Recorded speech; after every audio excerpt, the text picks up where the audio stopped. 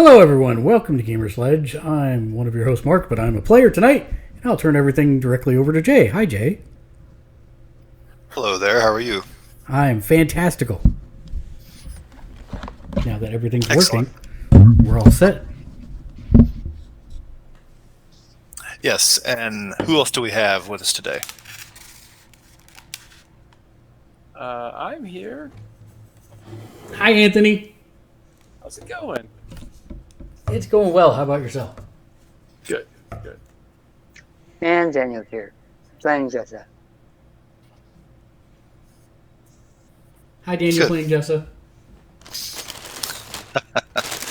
Yes, we are back to Exalted, and hopefully to have some fun and get back in the swing of things again since it's been a while. It feels like it's been months, but it's only been a little while. And I'm going to direct you to the Roll20 chat, where I have some bookkeeping for you guys to do. And non-bookkeeping. Where are we keeping said books? The Roll20 chat.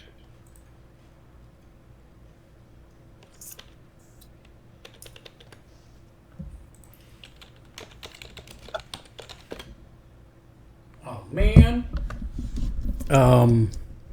Sorry we were late. Traffic was bad. We're still eating, so I apologize for that on stream. Haha, suck it, Daniel. You have more than me. You don't got to talk to me, just, to each other. Daniel, I miss you. Anthony, I miss you. Jay, I miss you. AEW was great this week. I got to do my refresh stuff, and that's my night.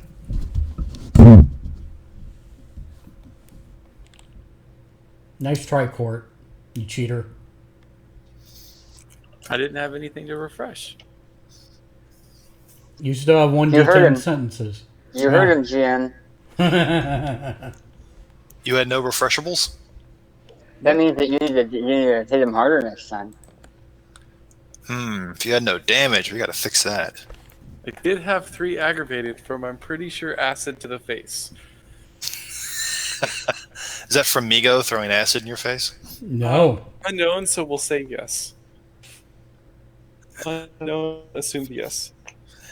Well, maybe as you're running up that hill to try to catch up to him, you trip and hit your knee on a rock or something and take bashing. I'd believe it.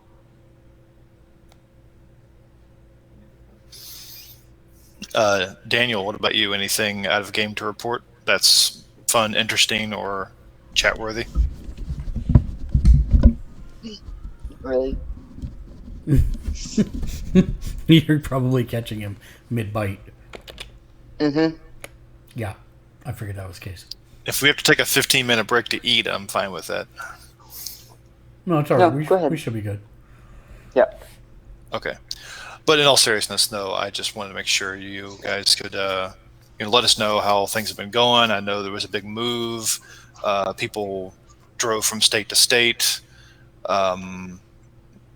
Students have been admonished for wrongdoings. Just different things in y'all's lives you might want to share, but if you don't, that's fine too. Well, I have a move this weekend, so I just got all my stuff, and now I get to pick it up and move it again. So hooray. So you're not finished yet? No. And then I'll probably have more of move a week or two after that as well. So hooray. Hooray for moving. Okay. Happy October. Happy October. And the San Francisco fires killed my streaming computer's GPU and most of the fans in the case, so I ended up just buying a brand new computer, but because of COVID, it won't be here until the 20th of October. So have a little bit before it gets here. Are both you munchers available for next Thursday, the 8th? I think so. Unless my wife and the rest of the family comes into town, and then all bets are off at that point. My wife. Yeah, my wife. Give me your tears, Gypsy. No, yeah. I don't know if that's the case. So I'll have to keep you apprised a little closer to time because I honestly... Trying to make plans is a moot point. Let's just say that. Yeah, are they like coming in on that day or near that day? I believe so, but that's the plan, but it may be postponed. That's why I'm like, let's tentatively say yes, but in reality, I have no idea. Okay. And what of you, Daniel, playing Jessa? Should be fine. Okay. So we got 2 definites and 1 probably. Yes. Gotcha. Okay. No problem. I just want to try to plan things ahead because I think the 15th is out for everybody. Uh-huh.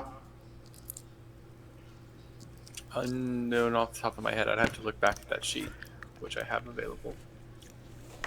What's the 15th? The Thursday? Yeah, but do I have it not available? If so, I'm not sure why. At least 2 out of us said 15th was a bad idea. Yeah, kind of. My stuff's all kind of up in the air, so maybe not. I don't know yet. Well, I'm gonna say let's just say that it's not. It'll be easier for me because I'd rather just kill it now instead of wondering about it later. Kill it with fire. Okay. Because I was under the impression when I read the different chats that it was like 2 out of 3 of us was like not going to do it or can't do it. So I ended up making plans for that day. Okay, sounds good. All right, cool. So where we are now, after a long trek through various portals and dungeons and tombs and libraries and all this stuff, you guys ended up back in the quaint little town of Barham on the foothills of the Harborhead Mountains with Mount Eladath up at high. And you guys did some research in the library. You found a bunch of stuff. You asked a bunch of questions. And then I was answering those questions via some kind of chat. But there's more on top of that. There's the answers I gave, but then there's more to share with you. And the process of you going to the monastery because you want to talk to Master Kwanzi Tong. Yes.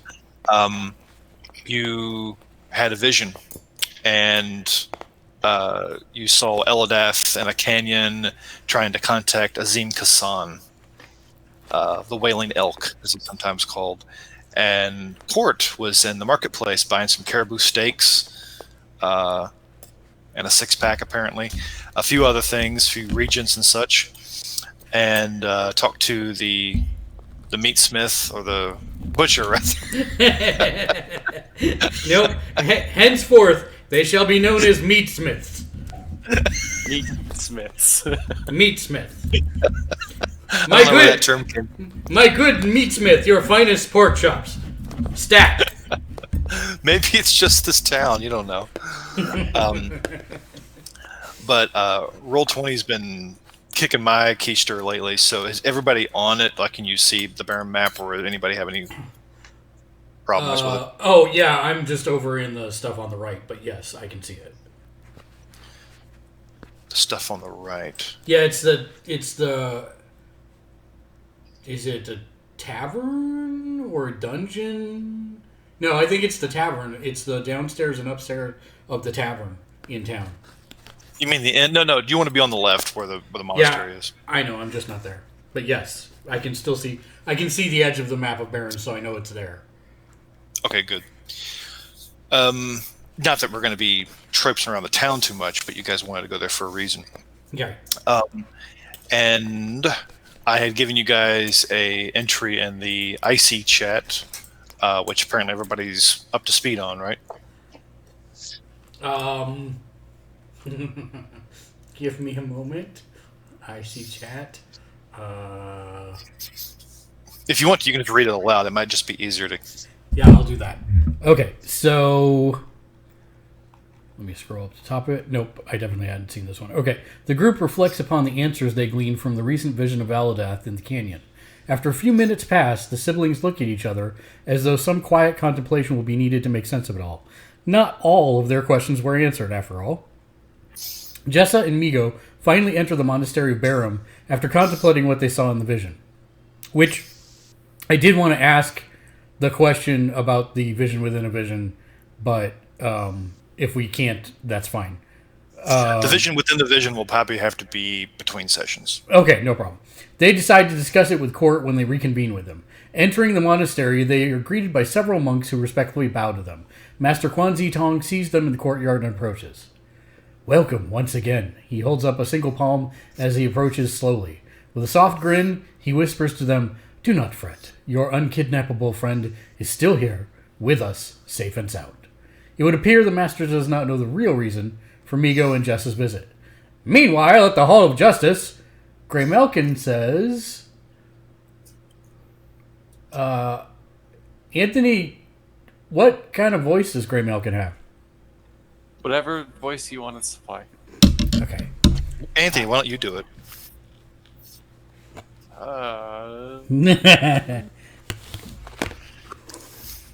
Anthony may not be a voices guy, which is I'm a not cop. a voices guy. Which is a I cop don't care. out. I want to hear Anthony's voice. Okay. So just do it. Meanwhile, at the Hall of Justice, Grimalkin says, Did I know a reaper called Midnight Rose made the solar conduits? No, but it doesn't surprise me. The main component of those things is essence. Those who master the greatest of travel charms are no doubt masters of teleportation itself. When I was convalescing those long years ago within the care of that old bunny, he told me he did not need to use such essence contracts to traverse great distances, but he told me there were many in creation. Perhaps we'll find more. Court holds the stakes in one hand with the six-pack in the other, while walking away from the marketplace. Thinking about the words of his ethereal familiar, he nods his head in agreement. There must be more. Obviously, the lunar he and Jessa met in the tomb of Dalcannon used the one there to go somewhere else, and it wasn't where Migo had gone. Taj went somewhere else. But how does one master their usage? Perhaps this could be discovered later. Looking out to the distance, Court can see Jessa and Migo walking up the hill towards the monastery. And when he does, he sees the monks coming up and nodding to them and being respectful and so forth. So you're pretty much kind of jogging up to greet them. And just as Quanzi Tong is talking to them, Jess and Migo kind of look behind them and see Court, not running, but sort of making his way to sort of be included in what you guys are doing. And when Quanzi Tong sees Court approach, he sort of nods and welcomes him in and says, Greetings to all of you. Why are you here? Jessa will look to Migo.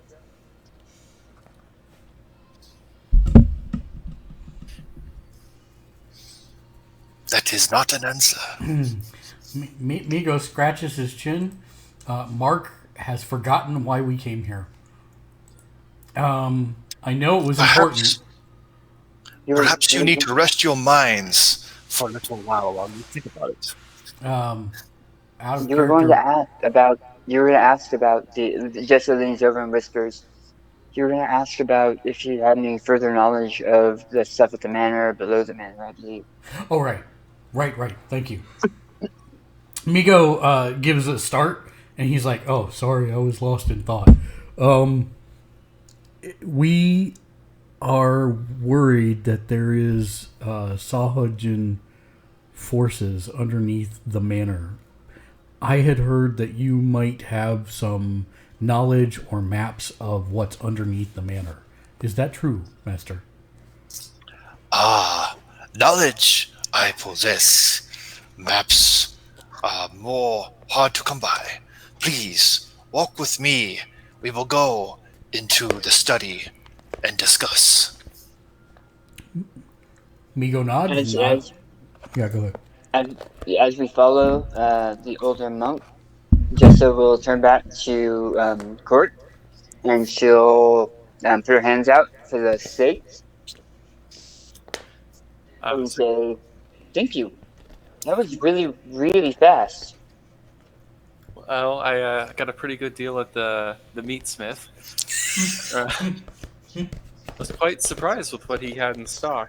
It's probably that you called him a meatsmith. The rest of us just call him a butcher. Oh, is that what you Southerners call him? Yeah, but apparently he really likes your title. So what I was able to find there, though, was delicacy of the north. I found some caribou flanks, as well as rutabaga. Caribou? Caribou. Is that like a beefsteak? I've never seen that animal. It's similar. Well, I can't wait. Does it cook the same? Pretty close. Well, Okay. we'll have to show you later. I look forward to cooking that with you. Is this court turns to look at the monastery? This isn't one of those monasteries where they look down on meat, is it? They're not like vegetarian. I'm gonna get really looks walking around. They don't look down on it, but that's part of why she has her hands out. Court. So then, here I'll hand this to you then to deal with. You seem to know what you're doing with it, so.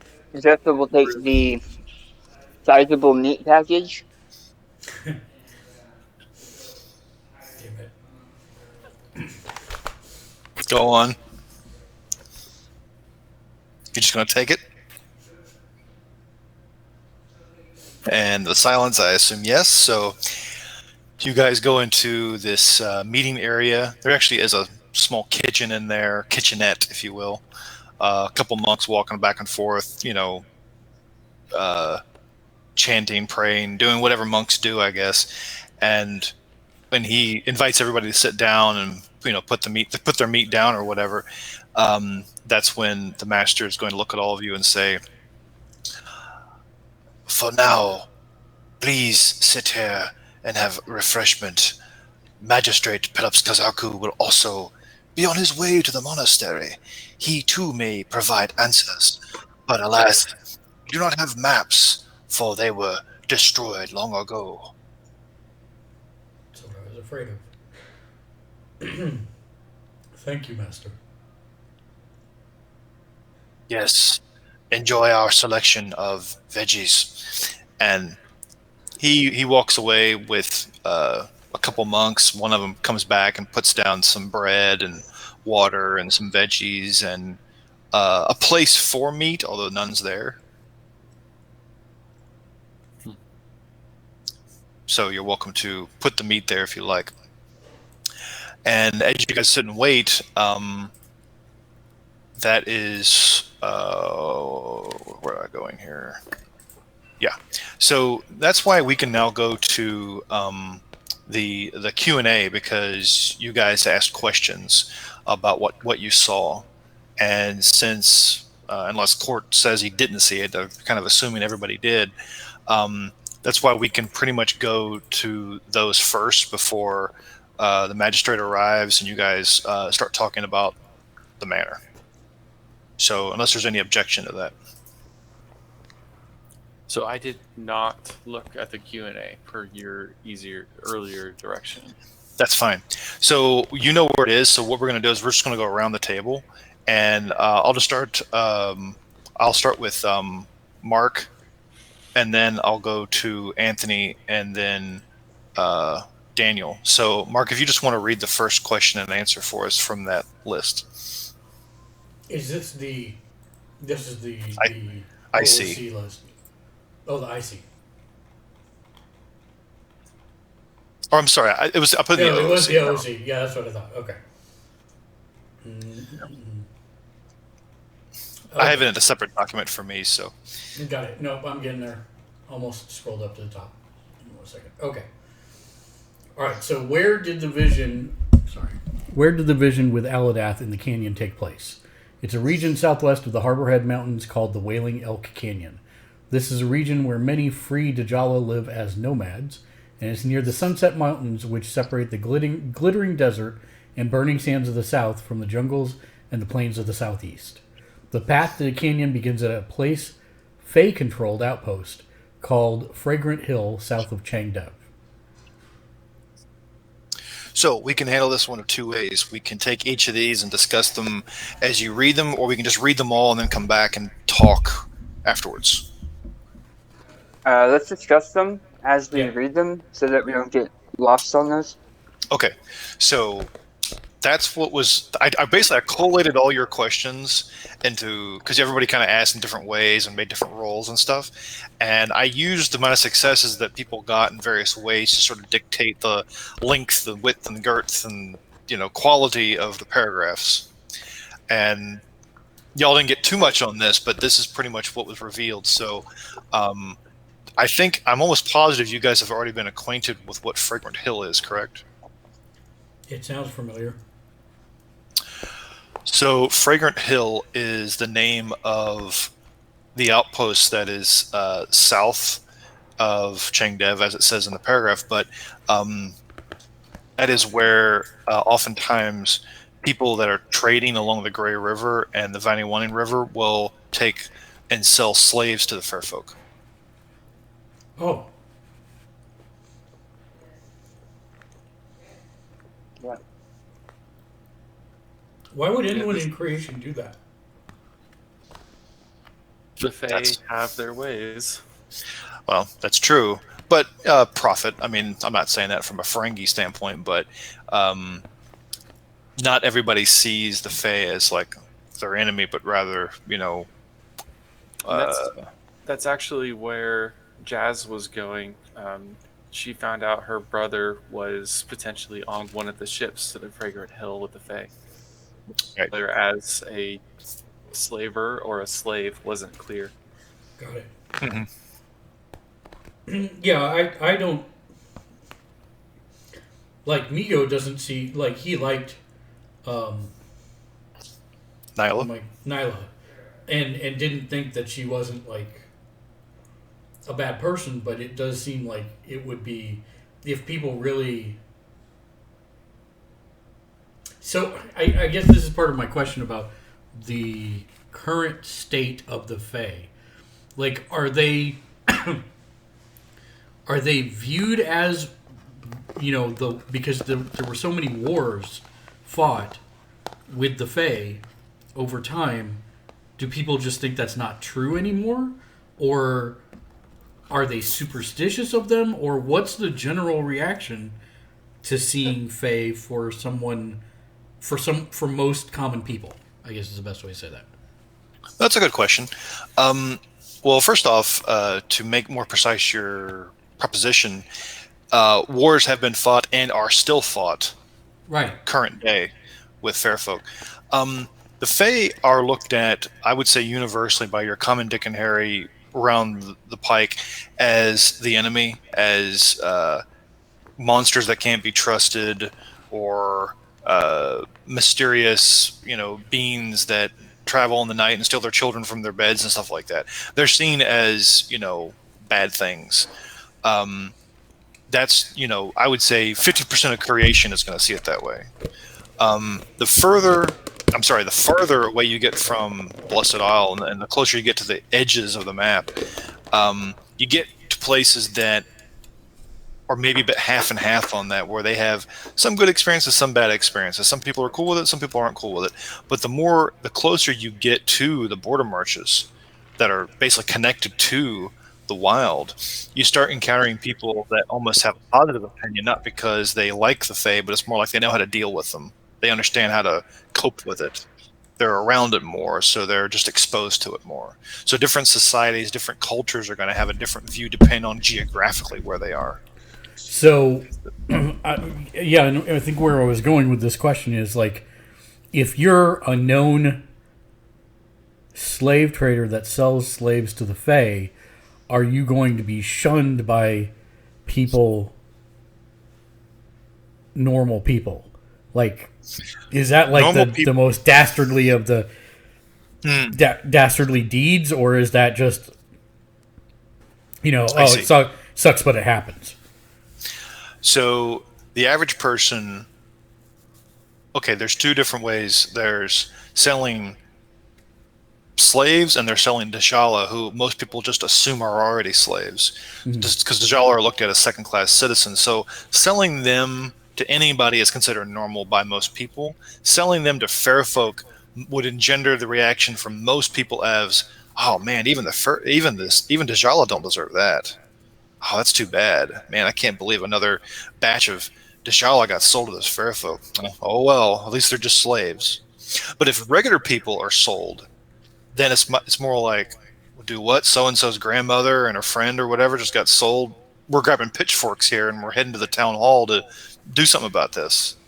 Okay. To probably hire an army to go after them, or mercenaries, or we heard about this anathema running from the realm. Maybe he's powerful enough to go do it, or something like that, because it's somebody that we know, somebody we care about. But when the guild does it, the guild is seen as such an independent entity that has no scruples. Everyone just assumes the guild is going to do it, and they're so rich and so powerful, no one is brave enough to question them. Okay. Thank you. That's the background I was looking for. Cool. Daniel, anything to add or subtract or whatever from this? Slavery is bad. So I'll say court, coming from the far north, has had a good amount of dealings with the Fae up north. Every now and then the Fae and the people of Snowguard would band together to fight in the Merriman's Fell. It's more of a temporary alliance, enemy of my enemy kind of thing. Like they begrudgingly get along than they were like true friends. Minus occasional onesie-twosies between individuals, but as a people, they kind of begrudgingly got along with each other. Right. Also, the court up there is called the Jet Court, whereas in the region you guys are in, it's more Ruby Court. Mm-hmm. They're just different gems for different courts. It doesn't really matter. It's just kind of what they're called based on maybe their average skin tone or the kind of I don't know. Their demeanor seems to be associated with a certain type of precious gem. And what court is court? I'm definitely more of a Ruby. Mm-hmm. Okay. So, if that's all said and done, then Anthony, you can read the second one. Okay. When did the scene take place? Using the stars in the sky as a guide, Court realizes this vision took place after the First Age ended, but before the Shogunate era began. It is a period of history known as the Time of Turbulence, from approximately realm year, minus 932 to negative 750. The usurpation edition by the Dragon-Blooded. More abyssals are created during this 183-year period by the Death Lords than in any other time in history. This is also when the Great Library of Meru is burned to the ground, along with all known copies of the Book of Three Circles. This is also when the Rautok city of Shakinzer is invaded and destroyed by a fair folk invasion. Without another known landmark, it's difficult to determine the exact year date of this vision. Can you remind me what the current year is? The current year is 795. No minus. 1,400, 1,500 years ago? Yeah, the usurpation of the Dragon-Blooded happened about 1,500 years ago. So this was like at least 6 months ago. It was Essence 1. Minimum. I mean, I don't know. It's taken us 6 months to get through one day, so it may have been millennia ago. Fair point. Now, the Time of Turbulence was the 183 period before the usurpation. It was sort of this, how do I word it? Between the Shogunate era and the First Stage, there was this period where historians there was so much craziness going on that it almost deserved its own name. That's why the Time of Turbulence was dubbed. And then when the Raptok city of Shikanzer is invaded and destroyed by the fair folk, not that many people know about that, but that's basically what you're getting from the vision in your roles is that's approximately when their city was, destroyed. So, yeah, that was pretty much just about when and the time period. Comments about this, or is that enough info? And Court, all known copies of the Book of Three Circles. So don't be too sad. You can be sad, just don't be too sad. Now, it was the Raptalk key. No, it was the Anklock key that we got. Okay. Yeah, it was the Anklock, but the Raptalk is supposed to be the one that's under the mansion, right? No, That's the Raptalk. The Raptalk key is the one I gave away.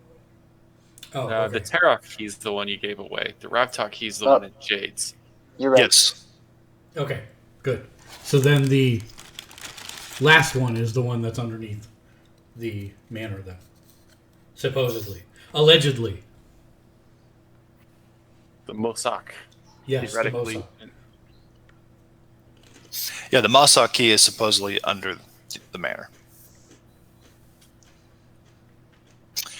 Okay, so Daniel, if you could read the third one. What is the trinket in Eladath's hands? The trinket is a gossamer artifact known as the Shattered Prism, in the shape of a tiny bauble. When activated by an attuner, it focuses the mind to ignore the reality-warping effects of glamour powers of Fae and other creatures of chaos. Illusions cast upon a large area confuse the minds of most, but those who chant a specific sequence of words cause the illusion to be shattered. This reveals the true nature of the surrounding area.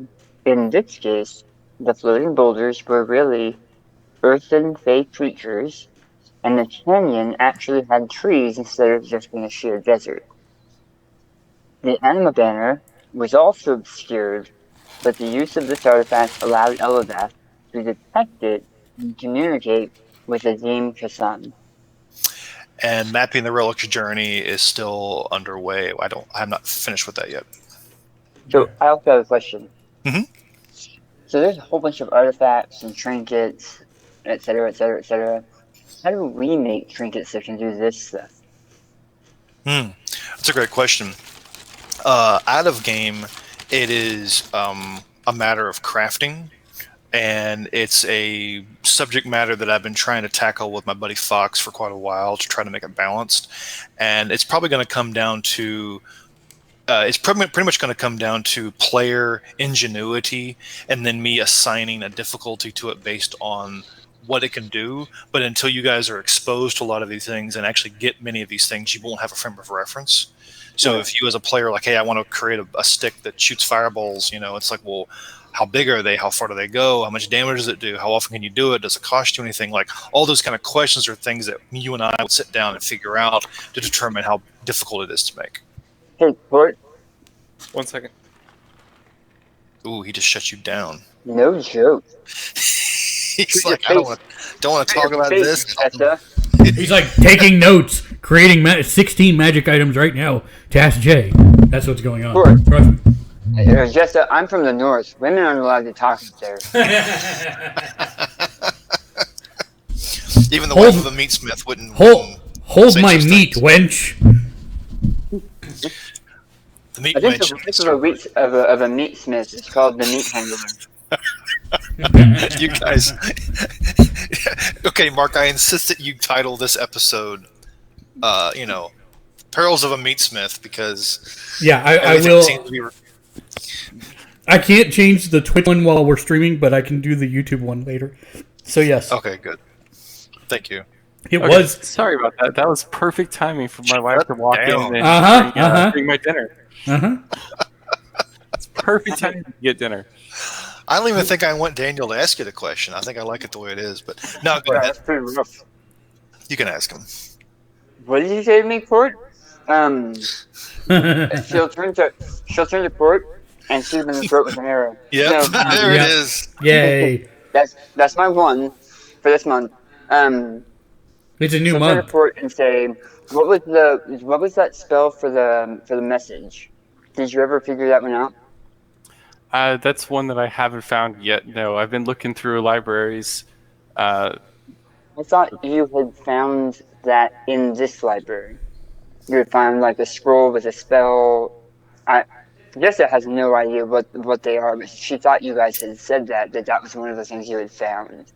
A scroll to send a message? Yes. But it's not that spell. I don't think. Not that spell. Right. I don't know what the, that means. It's not the same thing. Like you were talking about, what specifically are you asking about? I think is what's in your mind, Jessa? Jessa is asking what that spell was that you said dealt with messages that was on that scroll. You have already answered the question because either you have not gotten a response back as to what that spell does, or I'm misremembering and you didn't get a spell that was anything to do with messages. No, we did. And I believe we were told... Did we get the answer to that? It was not done yet, Jay? I am starting to lose track of what this is about because I distinctly remember everybody asking about 15 different ways of breathing underwater, but just in messaging, I don't remember being... This is something Jessa has been looking into for a while, so it's fine. Let's move forward. So I think, Mark, you're number 4? Yeah. The short answer is I'll find it for you later, Jay. It's a spell you gave us from our Arcturus stuff. Okay. Are we done with number 3? I thought so. It sounded like my question was like, did you have anything? Well, no, I actually have a question for Court. Right. So be careful. Be careful. I was literally just picking my fork to take a bite when you said that. Yes, he has Distant Message and Tidy Up were 2 spells that you guys found in the library's basement. Yes, Distant Message. And was that not ready? I wasn't aware. Anthony wasn't aware of that. So I will add it to my list to research at a later evening. I was busy with the meatsmith. Right. That is I just put in the Roll20 chat the proof that Daniel's not crazy, Mark is correct, and... Yeah. But Migo took those and shared it with you, so yes, you do have them. But the question is Distant Message. I believe I had asked, and you might have told me that it wasn't done yet? Or am I confusing that for something else? Maybe a charm tree. That's been done for a long, long time. Okay. Somebody asked me about Distant Message, and I said, yeah, the range is 1 France. And I think somebody said, oh, okay. And not they were disappointed, but they were like, maybe that's not going to work or something like that.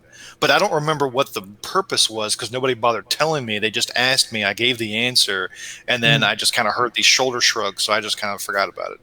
So Jessa has been looking for a way for us to communicate over short or long distances between players. And so she's been looking for that since she was mortal. So that is her interest in that spell in order to make it into a trinket. In that case, okay. Sorry, I didn't mean to derail things, but that is her thought process. She has no idea how to make trinkets. She has no idea what thaumaturgy really, how it works, but that's her goal. Well, neither does Migo, but it works. He just has to will it. Much to Court's chagrin. Why is it to Court's chagrin? Because Court is like... It's Harry Potter versus Hermione. Yes. Okay. It's a wizard versus sorcerer. It's classically trained. Yes, that is a even better analogy. Yes, exactly. In that case, yes, Distant Message is cool, can be used, but you can also rely on linguistics charms. So I've looked through the linguistics charms. I'm not quite there yet to do that kind of communication. So I think it's like tier 2, I think.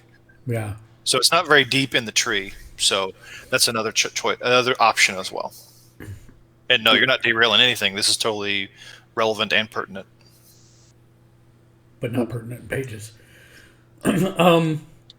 So my question for Court is, we saw a vision with with Northern Star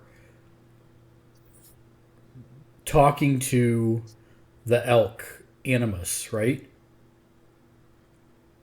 I believe so, yes. We all saw that, right? Yes. Okay.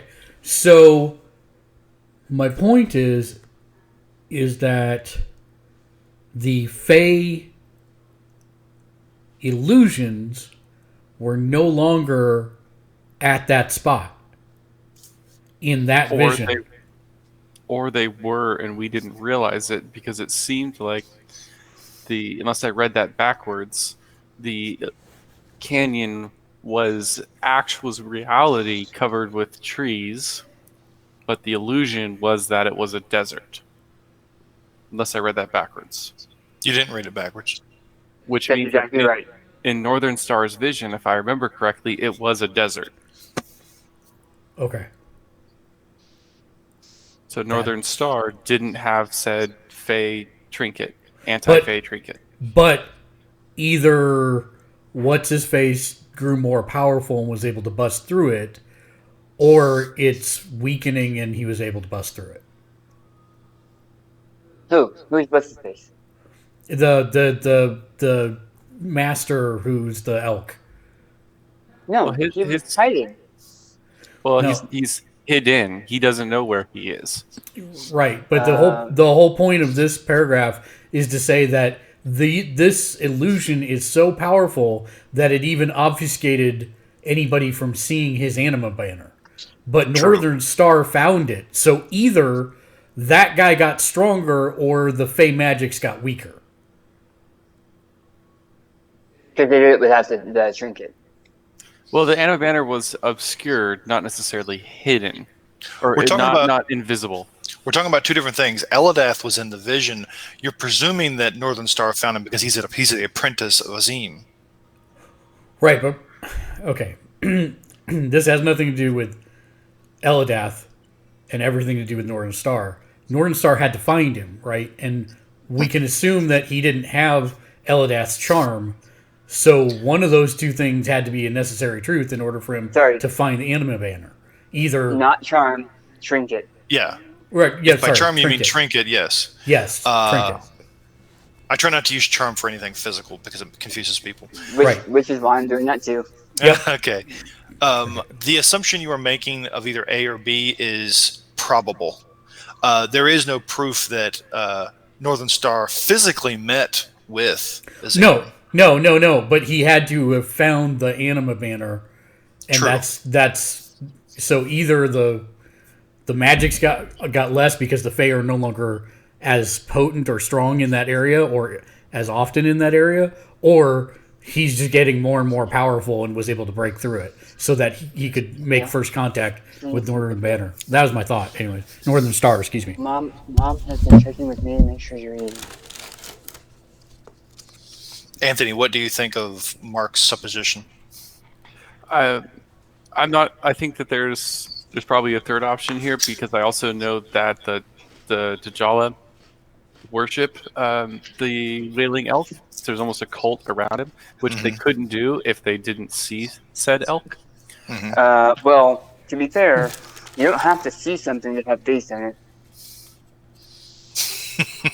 But if you have, Which again Touche. kind of leads me to believe that either he's gotten stronger or it's gotten weaker.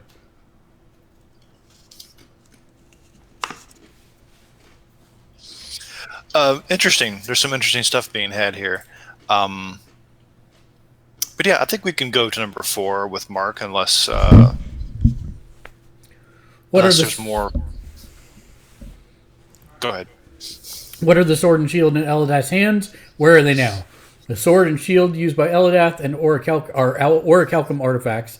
Because this is Migo's past life, he gets a bit more information as he peruses the Book of Souls. Migo sees a glimpse of a place he's never seen.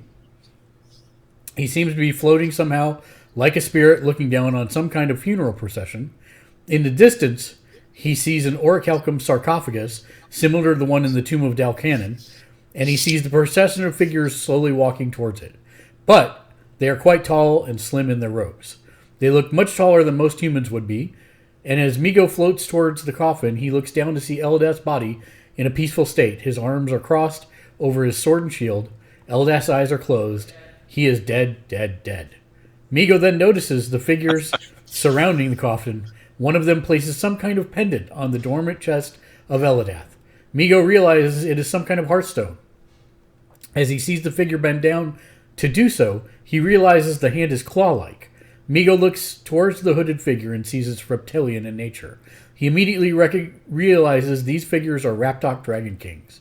This experience might be considered a minor vision, as it is quite short and void of speech. Eldath's Orichalcum sword and shield artifacts are buried with him, wherever that may be. And what I wanted to do on this one was obviously cast the other one, the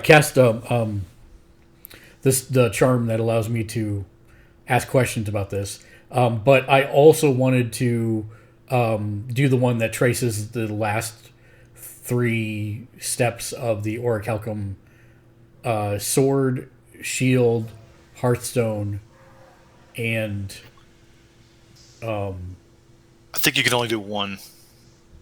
Oh, really? Well, one per activation. Actually, I'm not sure if you can do multiple activations or not.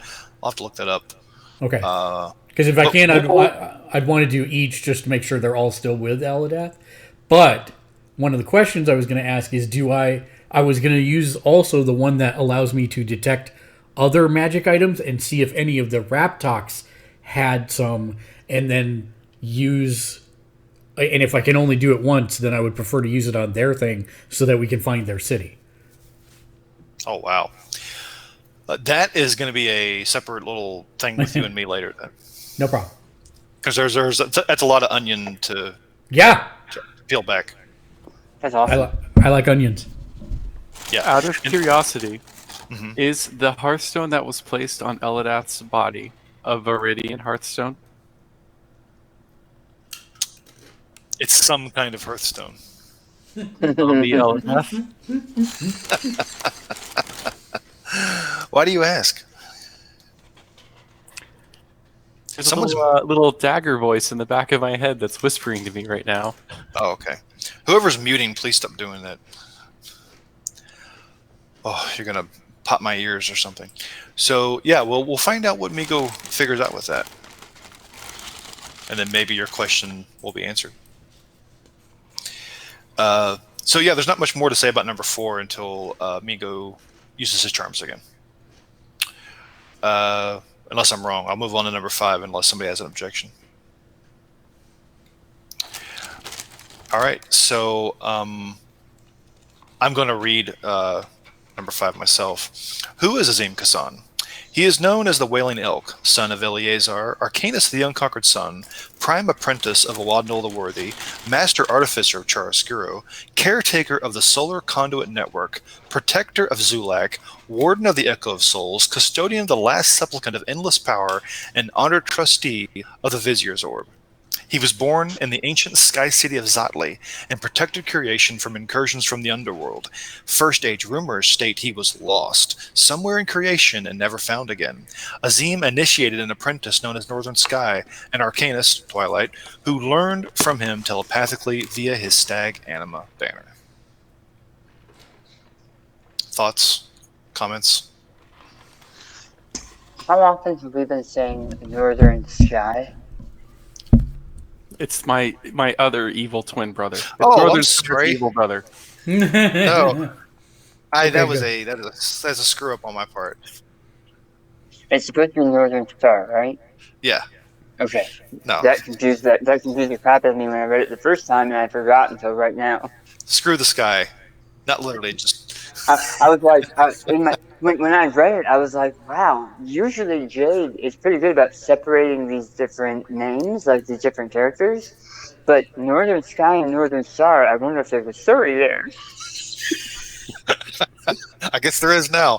No, that's his alter ego. It comes... Yeah. Northern Sky had is... a brother.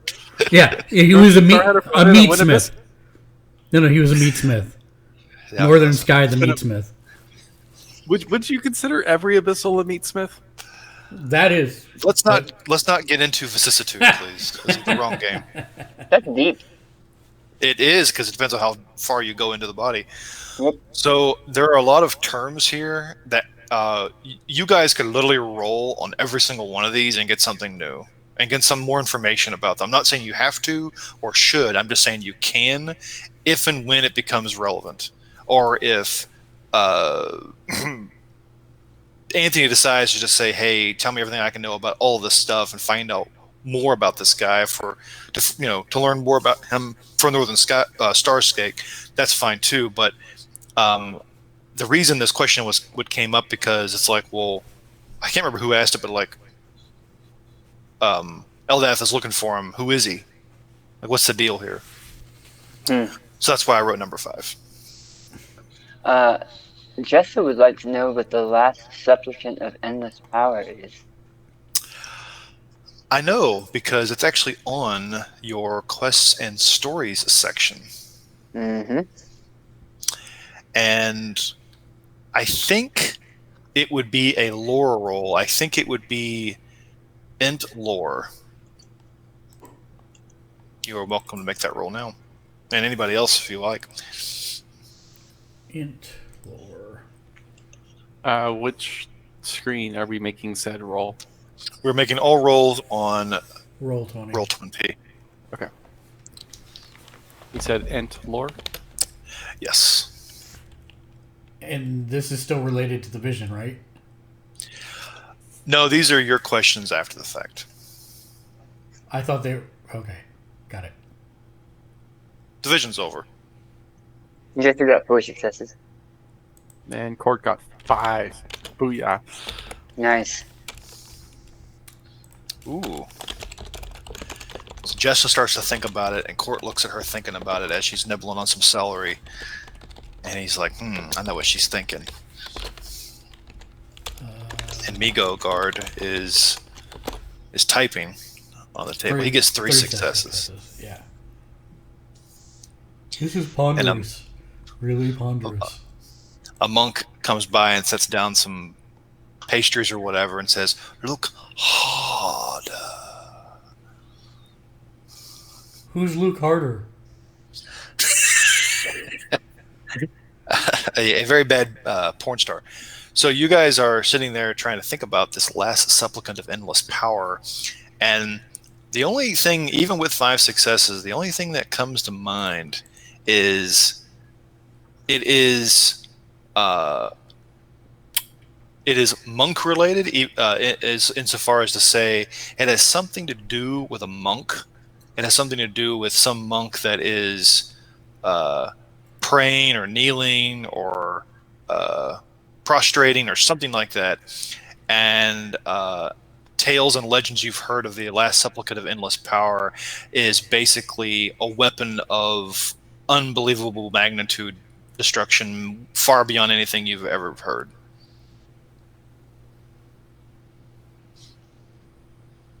Maybe you should ask Master about it. Maybe he knows.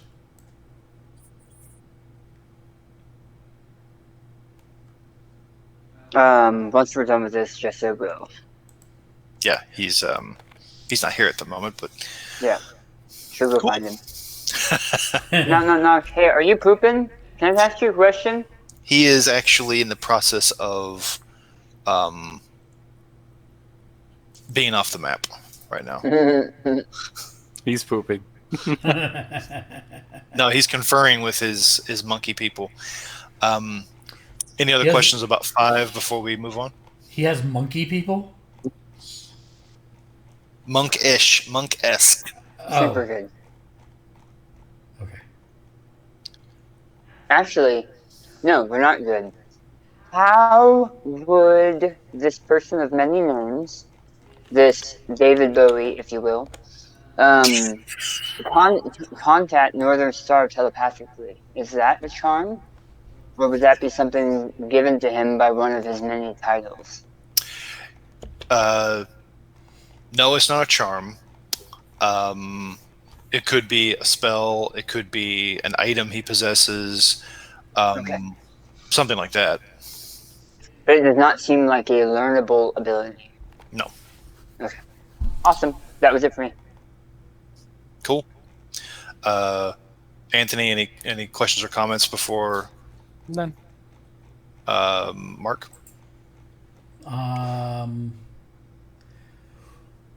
Well, I mean, I think we know the answer already, but the caretaker of the solar conduit network, basically, we know that Midnight Rose is the one that created the solar conduits, so he must be the caretaker of them. You know that she created some solar conduits. Right, some solar conduits. Correct. Yeah.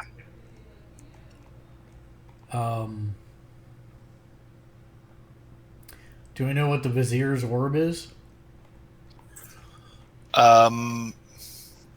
No. That would be, unfortunately for you, another int lore roll, but you're welcome to try.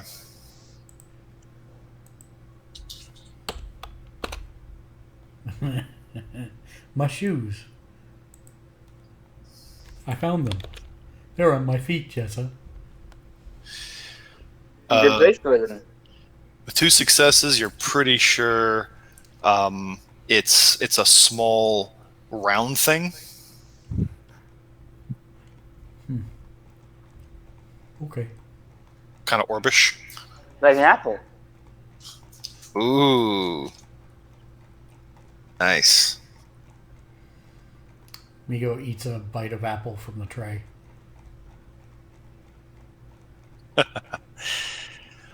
Well, if we're done here, then we can go to... I was going to call him Northern Star. I'm like, no, it's not Northern Star reading this. It's not Cord either. It's Anthony. You want to do number 6? What's the difference, really? Either way. Number 6. Okay. Yes. What can we tell about the Stag Anima banner? Is there more there? Someone under it?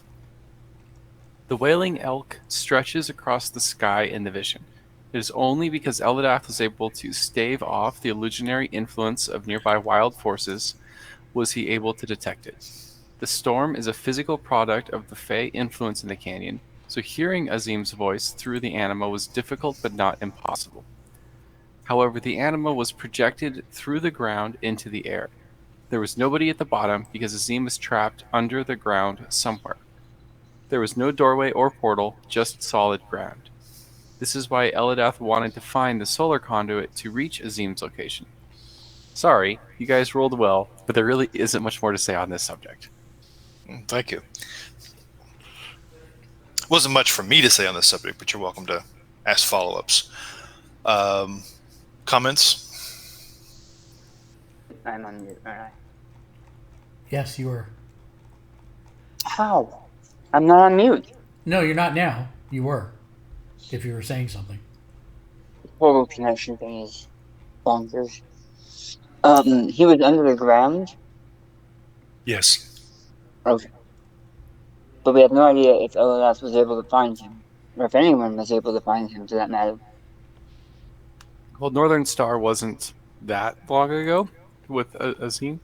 I don't remember the exact years, but I know it was less than 2,000. It was closer to 100-ish because Northern Star saw Jessa's birth. So, and as of at least 100 years ago, or less, Kassan was in the same place with the wailing elk in this fake desert canyon. The person Azim was? Or the telepathic instruction was? Azim's body is underground, and he is... Azim Kassan is underground. It is the one, to my knowledge, that is speaking telepathically, and it's his anima banner. Right. That's not in question. Whether or not that person, the person who is inhabiting the physical meat body of Azim, has ever been actually found since. Not to my knowledge. Okay. Not to your knowledge, correct. Yeah, I think you guys are on the same boat here. Yeah, that's all I had. Cool. Mark, any follow-up? Nope, not on that one. Okay. And what do we, Daniel now for number Yep. 7? For the longest one. Yep. Are there nearby spirits and or hidden magic and or hidden items? What about these boulders? What could cause an anima banner to dissipate? The spiritual entities in this canyon are all creatures of chaos, fey beings which were asleep and only started to awaken during Elidath's arrival. If you're gonna eat it later. How much did you eat? Half? Over half? Wow. Okay.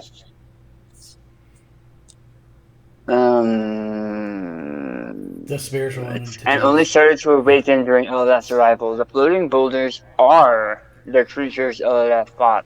They started out floating in the air because creatures of chaos defy normal logic and physics. Eventually, they fell to the ground and woke. Elidath has a limited amount of time to converse with the team before this happened. Unfortunately, there were no notable Fae among them, meaning they were all minions without names.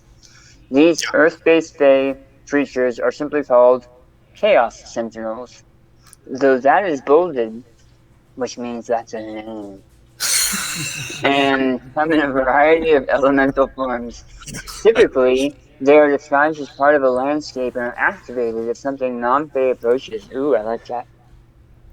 I'm going to circle back to that. They are created and controlled by members of the Ruby Court of Fairfolk. That implies location. Hidden Essence Revelation shows that entropic glyphs scattered around Elidath's location during his conversation. These are hidden magical traps which sense the activation of Essence and try to disrupt it. Eventually, Elidath's concentration has lapsed and he could no longer keep the illusion from overcoming him. This is why his conversation ended abruptly and the anima banner didn't dissipate. The massive illusion reasserted itself. Based on how much the area was traveled, the illusion spans at least several miles. At the end of the vision, Elidath rides his horse away from the canyon east into the Sunset Mountains toward the Fragrant Hill. Good job. So, thank you. Starting off with Chaos Sentinels that hide as part of nature. Mm-hmm. The tree beings that I want to call Ents, but I don't think they're Ents. I do remember them, yes. Are they Chaos Sentinels? No, but that was a very good memory check on your part. Okay. The other question I had was Ruby Court of Faefolk. Everything I've heard so far points to not necessarily territory, but that most of these courts seem to have a region. Mm-hmm. Perfect. Exactly. So this would put the Fragrant Hill, the Sunset Mountains, and this valley somewhere nearby within a couple Frances. Within like 10 Frances.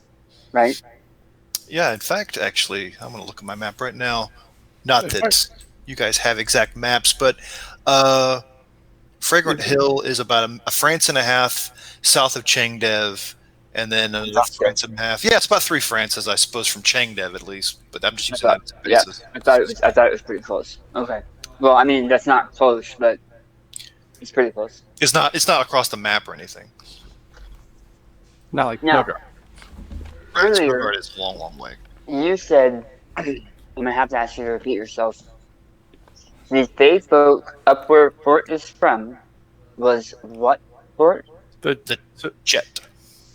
Can you spell it? Jet. Okay, awesome. That's what I thought you said. But their leader's name is Benny. Nice. Benny and the Jet. I keep hearing Jade or Jet with a P, and that's why I was asking you to repeat yourself. So thank you. If I remember correct, though, the court had the most interaction with at Snowguard was the Ruby Court. So if I remember correct, I remember something like the Ruby Court is the one court that's kind of scattered all across creation. That particular court doesn't have a specific territory. Not Or quite. am I making that up? Yeah, I think you're extrapolating, and you asked me, and we never really got to the answer. So I'll just give you the answer.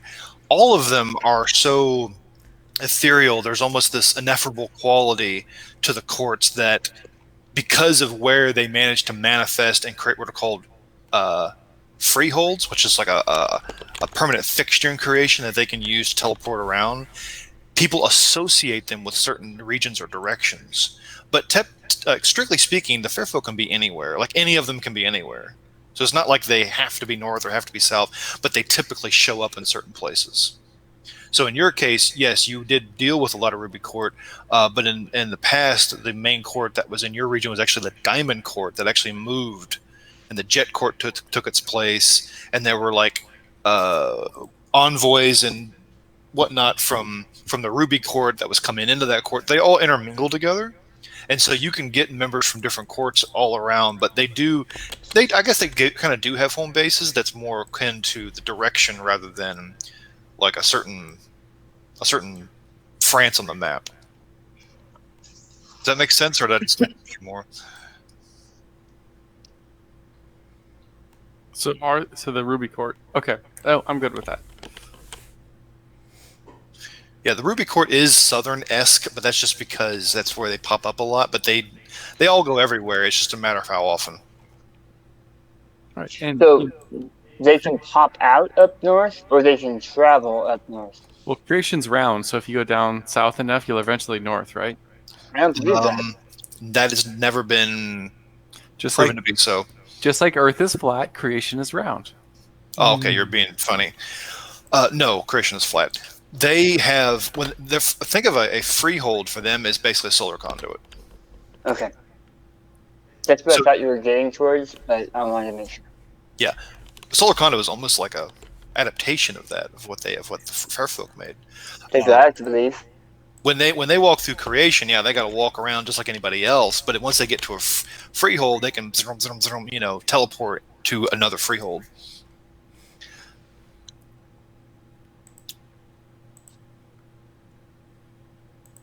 Okay, so I have questions, but give me a second. I'm copying some stuff into my notes.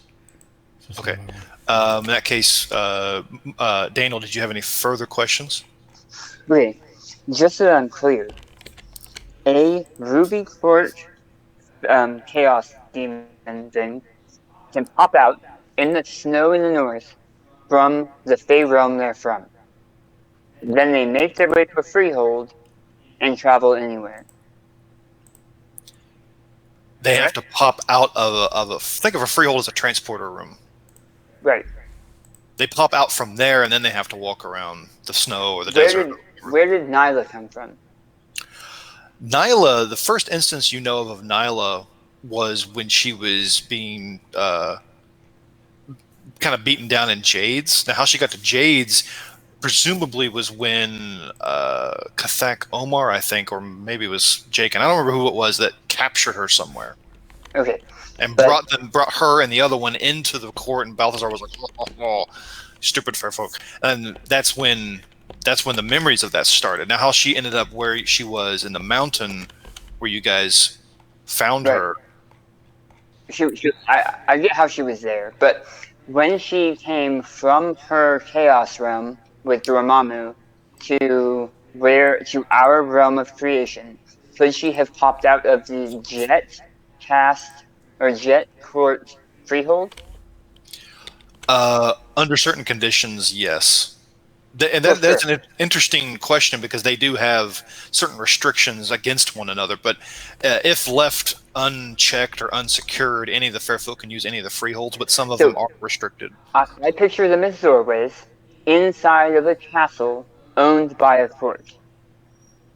Sure. So, sure, any door can be opened and walked through, but it's much more likely that Jet Court are going to come through the Jet door And Yes. Ruby Court are going to come through the Ruby. So while they have the ability to pop out from everywhere, it is a safe assumption that the majority of a court are going to be regionally locked. Yes, that is a good way of putting it. I hadn't thought of it that way. Okay.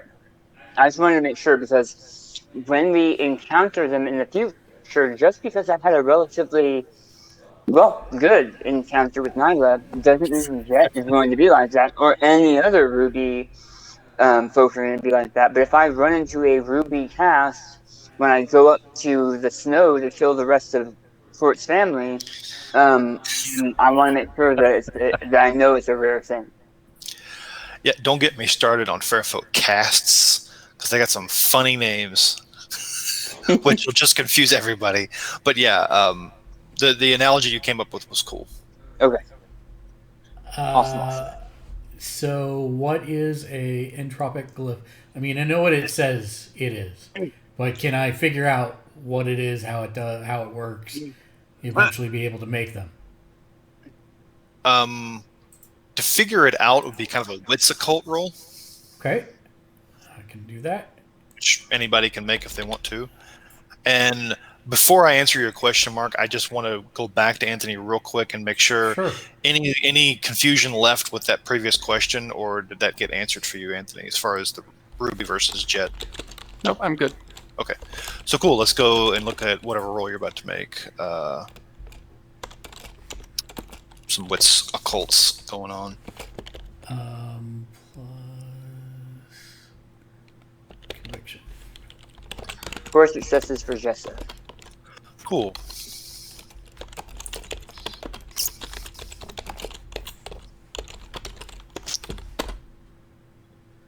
Six successes for me, go. Nice.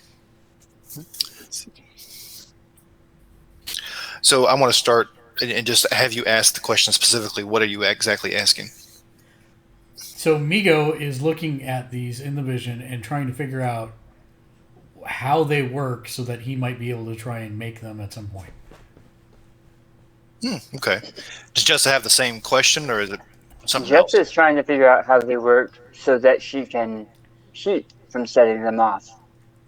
To figure out a way around them, because as she has been leaning more into her cast, the ability to pull the shadows around you and have this thing just go off is not a good idea. Okay. I'll type it. It'll be easier.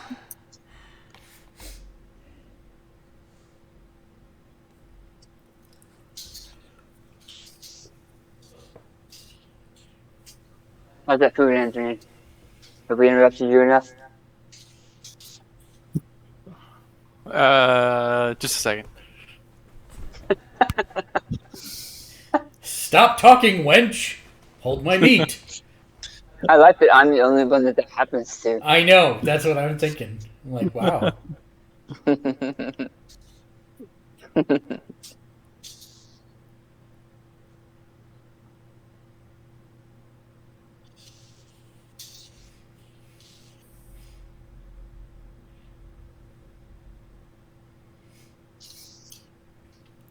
Wanted to put that in. That's written. And I put shards and quotes because that's the actual word for it. Okay. Before I go to Jess's question, though, have I told you guys exactly what gossamer is? Have we talked about that? Yes, it's like...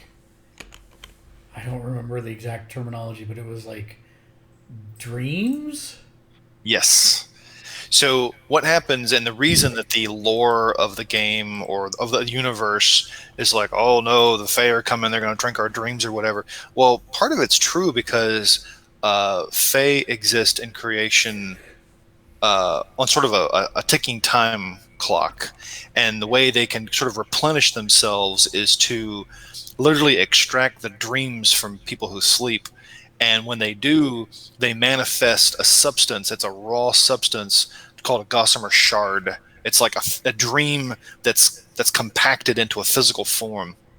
And when that's processed later magically, it can turn into a gossamer artifact, like a gossamer weapon and trinket, shield, helmet, whatever. But left in its raw form, you can do lots of things with it, aside from making artifacts. One of which is making entropic glyphs, and so it's fueled by the dreams of people. Which tells me it's likely that the illusion over. Never mind. It was Stream which said, "I'm just tired." Please continue. Okay. We're only going to go for another 3 hours, so you should be able to make it. Awesome. No, this is a typical night. We'll probably go a little while longer, though. So that's that. Now, as far as how to make it, Migo is pretty confident that if he can get a shard or two of gossamer, he doesn't have a recipe per se, but he thinks he could fiddle around with it now that he's seen one. He thinks he could probably do it, but he doesn't yet understand without really experimenting, like how it will work, what's the distance, what it takes to trigger it, and things like that. How much essence it takes, basically. Would he be able to tell enough to be able to detect one?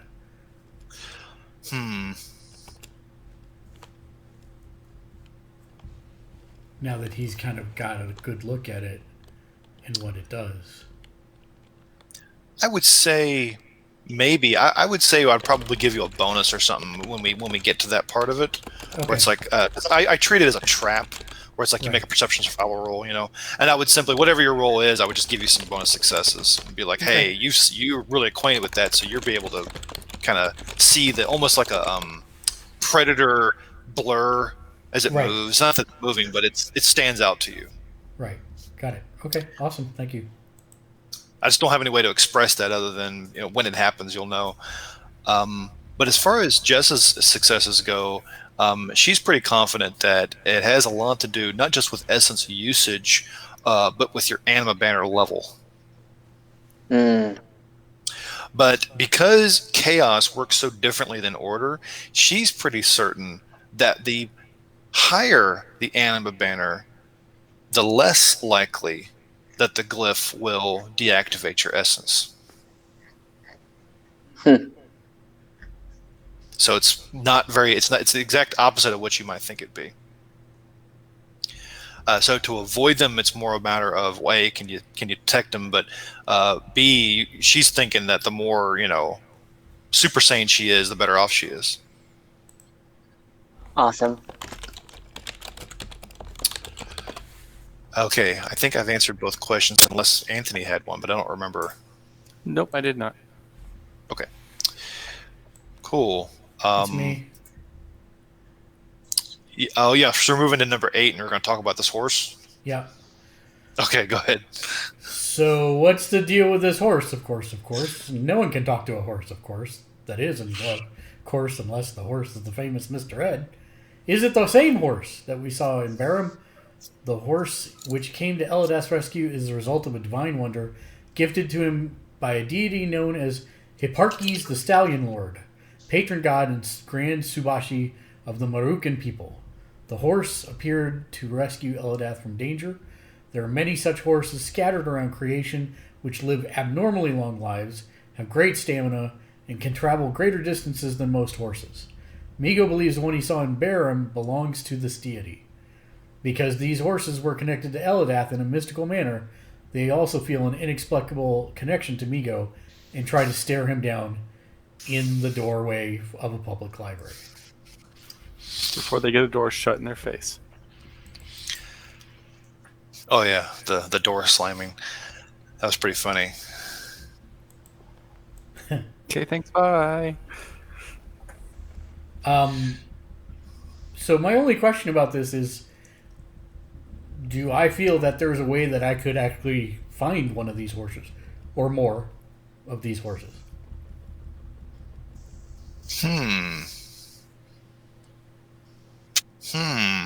Especially now that I've seen one and how it tried to stare me down and I tried to stare it down. Give me a wits travel roll. Okay. So why do you stick a wit conviction roll. Got it. You don't have to convict it. I mean, yes, I do. Plus travel. Wits plus travel equals wits plus conviction 4 equals 8. Now I actually have a chance of making a roll. Success. 5 successes. Wow.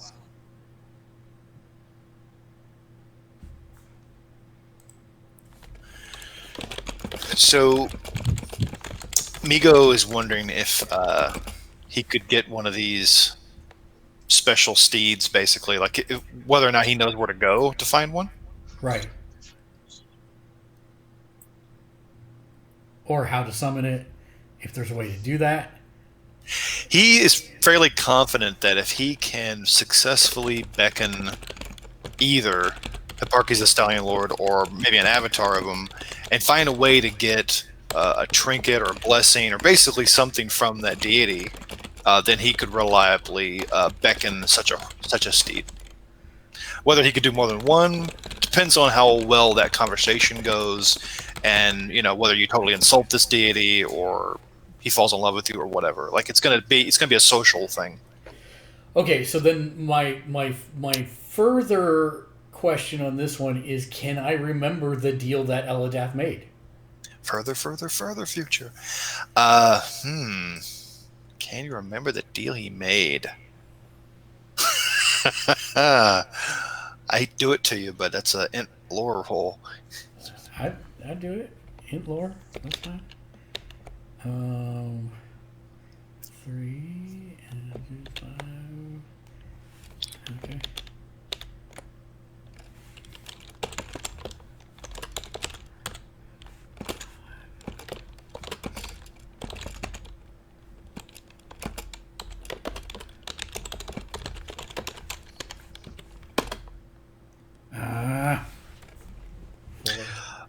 That's good enough. I think you've now unlocked another little minor vision for me to write for you, so I'll just put that in my notes. Yay.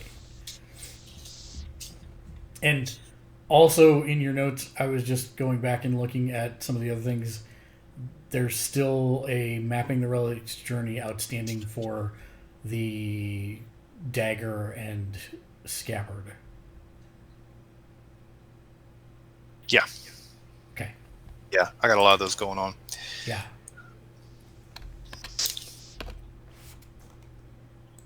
So, yeah, the reason it's going to be, for this particular role that you were just making, is more relevant. It's that it's not that, like, oh, I know where these steeds hang out or whatever. They're scattered around creation. It's more a matter of you have to sort of, do the magic whistle to get them to come to you more than, finding the right,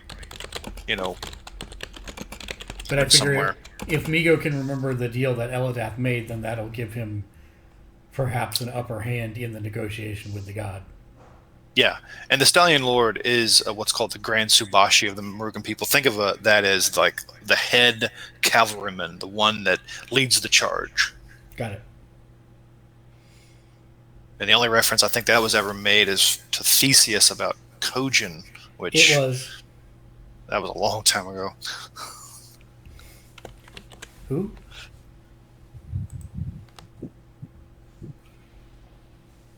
Any other horsey questions from anybody? Nope. Okay. I have something extra that I'm going to give you guys thanks to some craziness that Mark did. Here's something else for Mark to speak. Where? I'm trying to decide where to put it. Roll 20? Yeah, it's kind of big, but yeah, I guess so.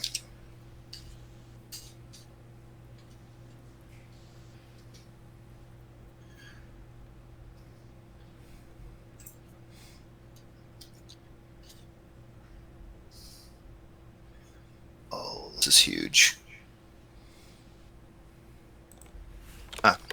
Okay, anyway, here you go. Okay, during the group's latest trek through the Keeper's Sanctuary, Migos pauses briefly. He returns to the previously sealed vault room after thinking about the crazy vision he had long ago. He recalls actually speaking to Eladath himself and suggesting something special be left here for Migo to find. Simply on a hunch, Migo returns to the room and the group has already plundered and sees a single unopened chest. When he asks Jess about this chest, she says it wasn't there before. Reaching down, Migo opens the chest. Within it, Migo takes a crystalline object no larger than Jess's palm. Migo realizes he's now holding a crystal compass. A compass crystal? Yes. I'm just making sure that I didn't have it backwards. Okay, a compass crystal. Yeah, okay. I'm like, is this something different, or is it the thing we're looking for? Okay, great. He's now holding a compass crystal. It only functions while immersed in water, but it certainly navigates the underwater maze near Changdev in order to reach the entrance to Mosak Manse. Migo nods his head briefly and smiles. Thank you, Eladath. So, do you remember why this... Yeah. Okay. So, Anthony, I don't think you were part of the group then. I was not. Okay, so, just to put it in a nutshell, a long time ago, they were up on the Eldath's sanctuary. They go up to the temple, and Migo gets this crazy vision with Eladath, and somehow or another, he comes up with this crazy idea. I don't remember how this got done. So, it was actually Eladath and Kojin. Was it Eladath and Kojin? Well, it was Eladath and Kojin's past self. Hierophant. The Hierophant. And in this one, it wasn't the one where I talked to Eladath. It was the one where I talked to the Hierophant, and I said, "Hey, look, I'm from 3,000 years in the future, and everything's gone to hell, and you got to help us." And he was like, "Wait, what?" And then we were like, "No, seriously, dude, it's terrible. You got to help us. Can you please leave something in the vault for us to find in the future that will help us?" And so this is that. Yeah. Yeah. Nice. Basically, he changed, altered time, but I wanted to pick something that wasn't going to be like, a game-breaking thing. So it took me a while to come up with something, and I realized since you were trying to track down a compass crystal, this seemed like a good opportunity. It is. I have a compass crystal. Acquired one compass crystal. Nicely done. Just make sure you bold it. Maybe I should just wait. With what? Yeah, you can hear me. Oh. Who? Have you been talking? Yeah, for some reason my phone keeps dropping out. Did you say anything of note? Well, just tell us what you want to say. Oh, it's not of note, so it doesn't make a difference. Well, you can sing, then it'll be of note. Yes. I will actually give the compass crystal to Jessa. Can I trust the girl to give directions? Better than you guys. Oh man, You would never ask. The views expressed on Gamersledge Podcast is not necessarily representative. Yeah, because odds are she won't actually break it or muck it up like I might. It's fair. I would believe that. Given to Jessa. Because Migo just try and put it in his armor, like everything else. That's no bueno. Jessa. And Migo's also afraid that Cord will lose it, just like he did his arm. That is a distinct possibility. Or that it'll get shot. Does it need a Viridian Hearthstone? Probably. It does. Do you have one? I have like 4. Jessa will absolutely take those from you to make sure that this crystal works. I'm kidding. In order for the crystal to work, you have to combine it with a doll that has a ghost inside it.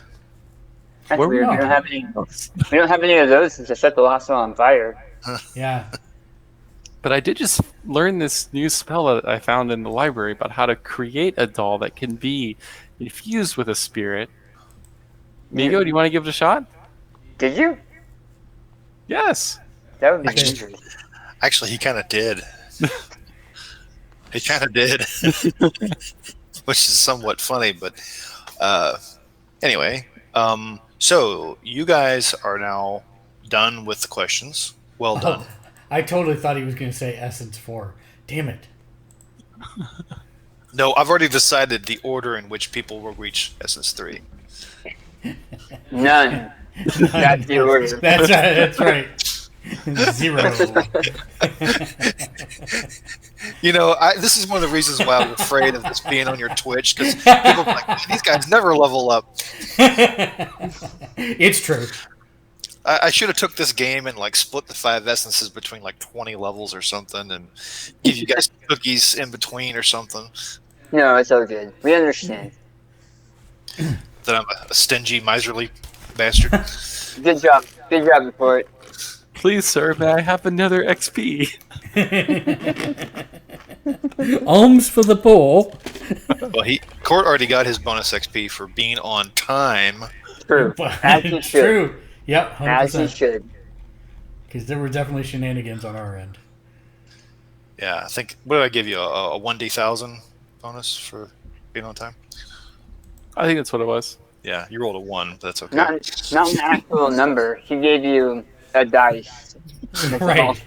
Right. You now have a die. But did it have a Okay. little ducky inside? It does now. Okay, From Jessica to you. it is 1/4 the hour. I know that Daniel, you're getting tired, right? I'm good. You're sure? Yep. Because I have a lot more to read. I don't know if you guys are getting tired of reading. I can read some of this if you want, or we can pause, take a quick 5-minute break, come back. You guys can re-interact with the NPCs anytime, but I have a lot to tell you still about the manor, because you guys did lots of research and lots of rolls and stuff, and that information has not been given to you. And I have 5 paragraphs worth of stuff I want to tell you about with the manor. Okay. Nice. So Yeah, I don't we know can if take it's 5 better. minutes. Yeah, let's take 5 minutes. When we come back, you let me know if you want me to read that to you, give it to you to read, or wait, or whatever. But I'm gonna go get a drink, and I'll be back soon. Okay. And we'll take a Okay. quick 2-minute break for the stream and be back in 120 seconds. Right after this. Or more. No, it's 120 seconds. That's the only button I have.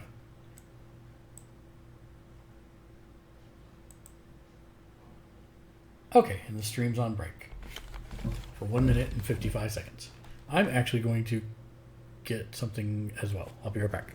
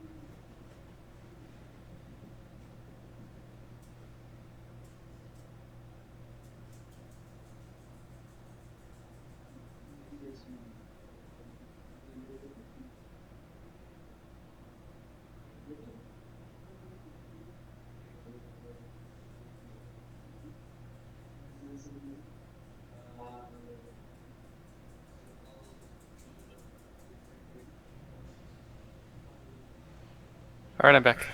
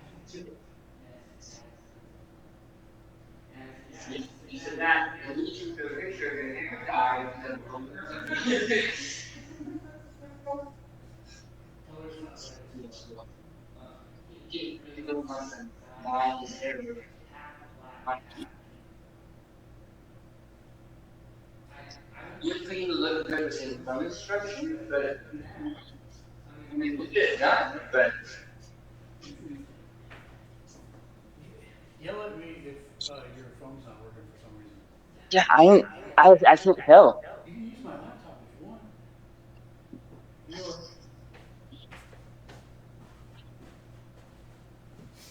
What's up? Hi. How's it going? Not bad, how are you? Good. Tired. Mm-hmm. I'm getting tired of these 16-hour days. How many in a row? This was just number 3. Today's what, Wednesday? No. Today's Thursday. Make that 4 then. Yay. Yep, and we tomorrow's Friday. we Thank just God. failed one of our students out of the course today. Really? Yup. Don't forget you are on stream. Just FYI. Oh, I thought we were on pause. No, that ended about a minute ago. Okay. So I will talk to you about that later. Yep. Yeah. But yeah. How is everyone at your house? Good. Good. Are they quiet as a mouse? No. Of course not. Do you? When very my much kids were love that your age, spouse? right? Oh, I thought we were rhyming everything. I'm sorry. My bad. You're a poet, and you absolutely know it, and try to show it. That's why I'm stoic.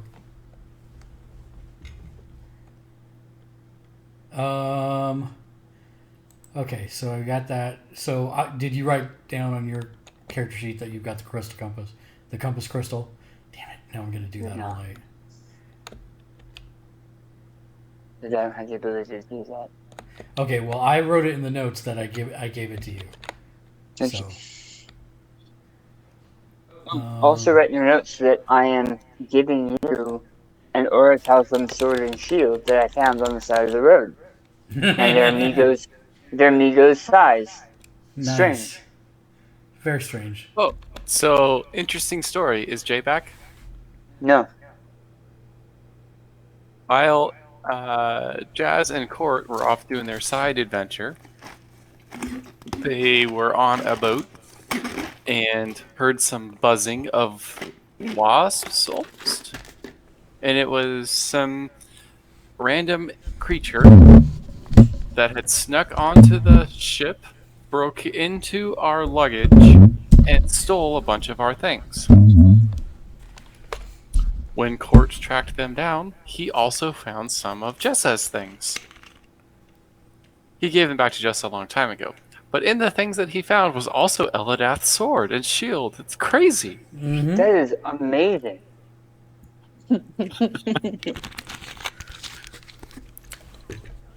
Yeah, well, I didn't tell you guys, but when Migo was in a vision, he saw Eladath's sword and shield.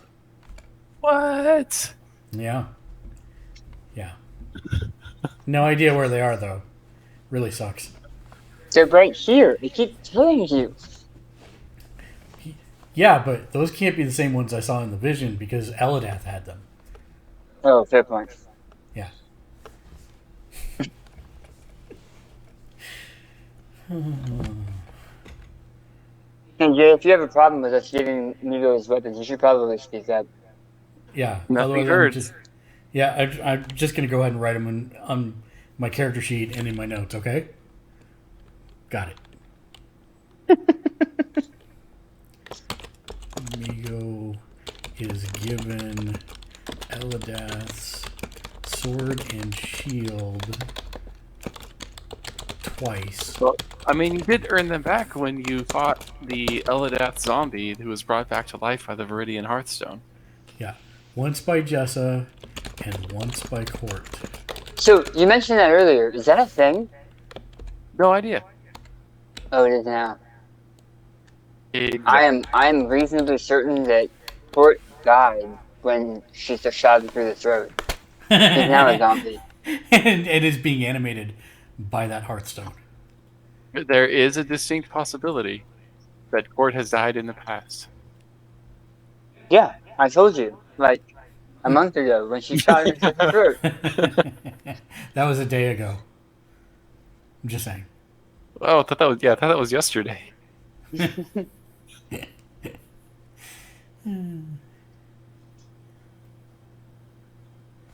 Oh man, did my phone die? Oh, it died. No? Yeah, no. I'm not connected through my phone, but I was monitoring chat in the chat room on Twitch. I got it. Let's see.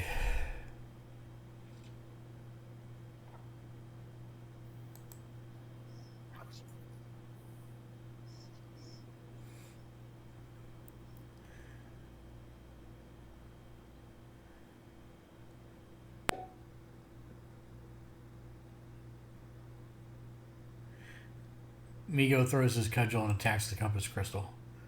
Ooh. I think the compass crystal dodges.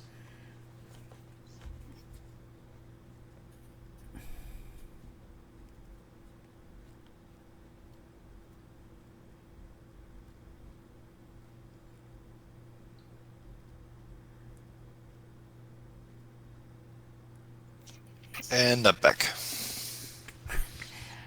Well, thanks. Am I too early? No? Nope. Okay. In approximately 10 minutes, I'll be acquiring my food, so I'll have to walk away for a few when that arrives, but I'm good until then. That's all right. If you can just give me the stat blocks for Eladath's Sword and Shield, that's all I need. Yeah, while you were gone, we found it. Twice. Found what? Jessa found them on the side of a road, Eladath's Sword and Shield, and then Court found them in a previous adventure and gave them to me with Jazz. Oh, you're writing up a dream sequence. Well, we asked you if you had a problem with it and said we'd understand if you just wanted to remain silent, and you did, so it seemed to be fine. Yeah, that's a big no. Besides, the stat for the Orcockham sword, actually, I technically do have, but nothing really matters right now because you don't have it. But it's cool. I mean, Orcockham adds 5 to the damage, so Yeah. can't beat that. Now, wait a minute. Did we do that? What do you mean? Because my cudgel is covered in orichalcum. Yeah, I gave you the. I'm almost positive I did, unless you didn't write it down. Let me go ahead and pull up the weapons and armor doodad here. What a tier weapon do you have? It is a tier 8 weapon. So the base damage for a tier 8 is 18, right? Right. And okay, so yeah, we did. Because it's 23 now. So yes, we must have. 23 and then 8 more for 31 for bashing. 35 for bashing. Oh, because you have a weighted Yes. bonus or something? Yes. Okay. Yeah, so we did it. Yeah. Awesome. That's pretty ridiculous. Yeah.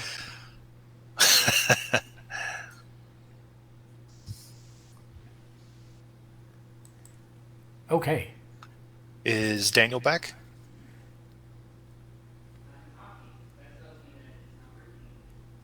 He is, or was.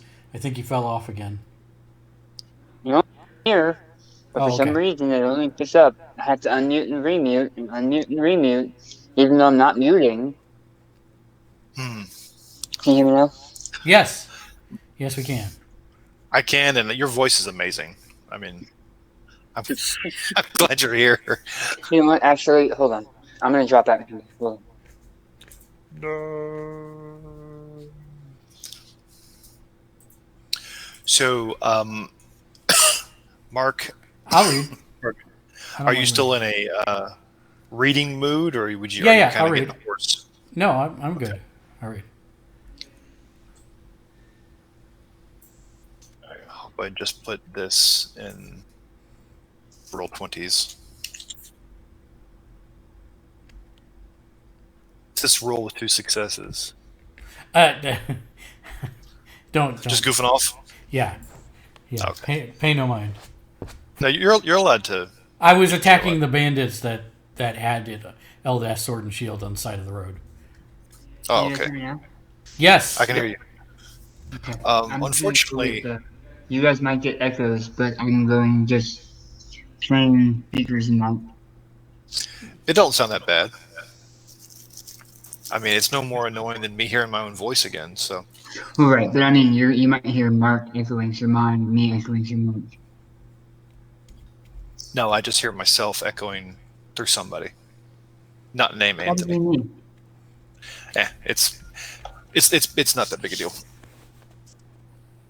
So, Daniel, are you ready for receiving Mark orally Family show. as he What? reads?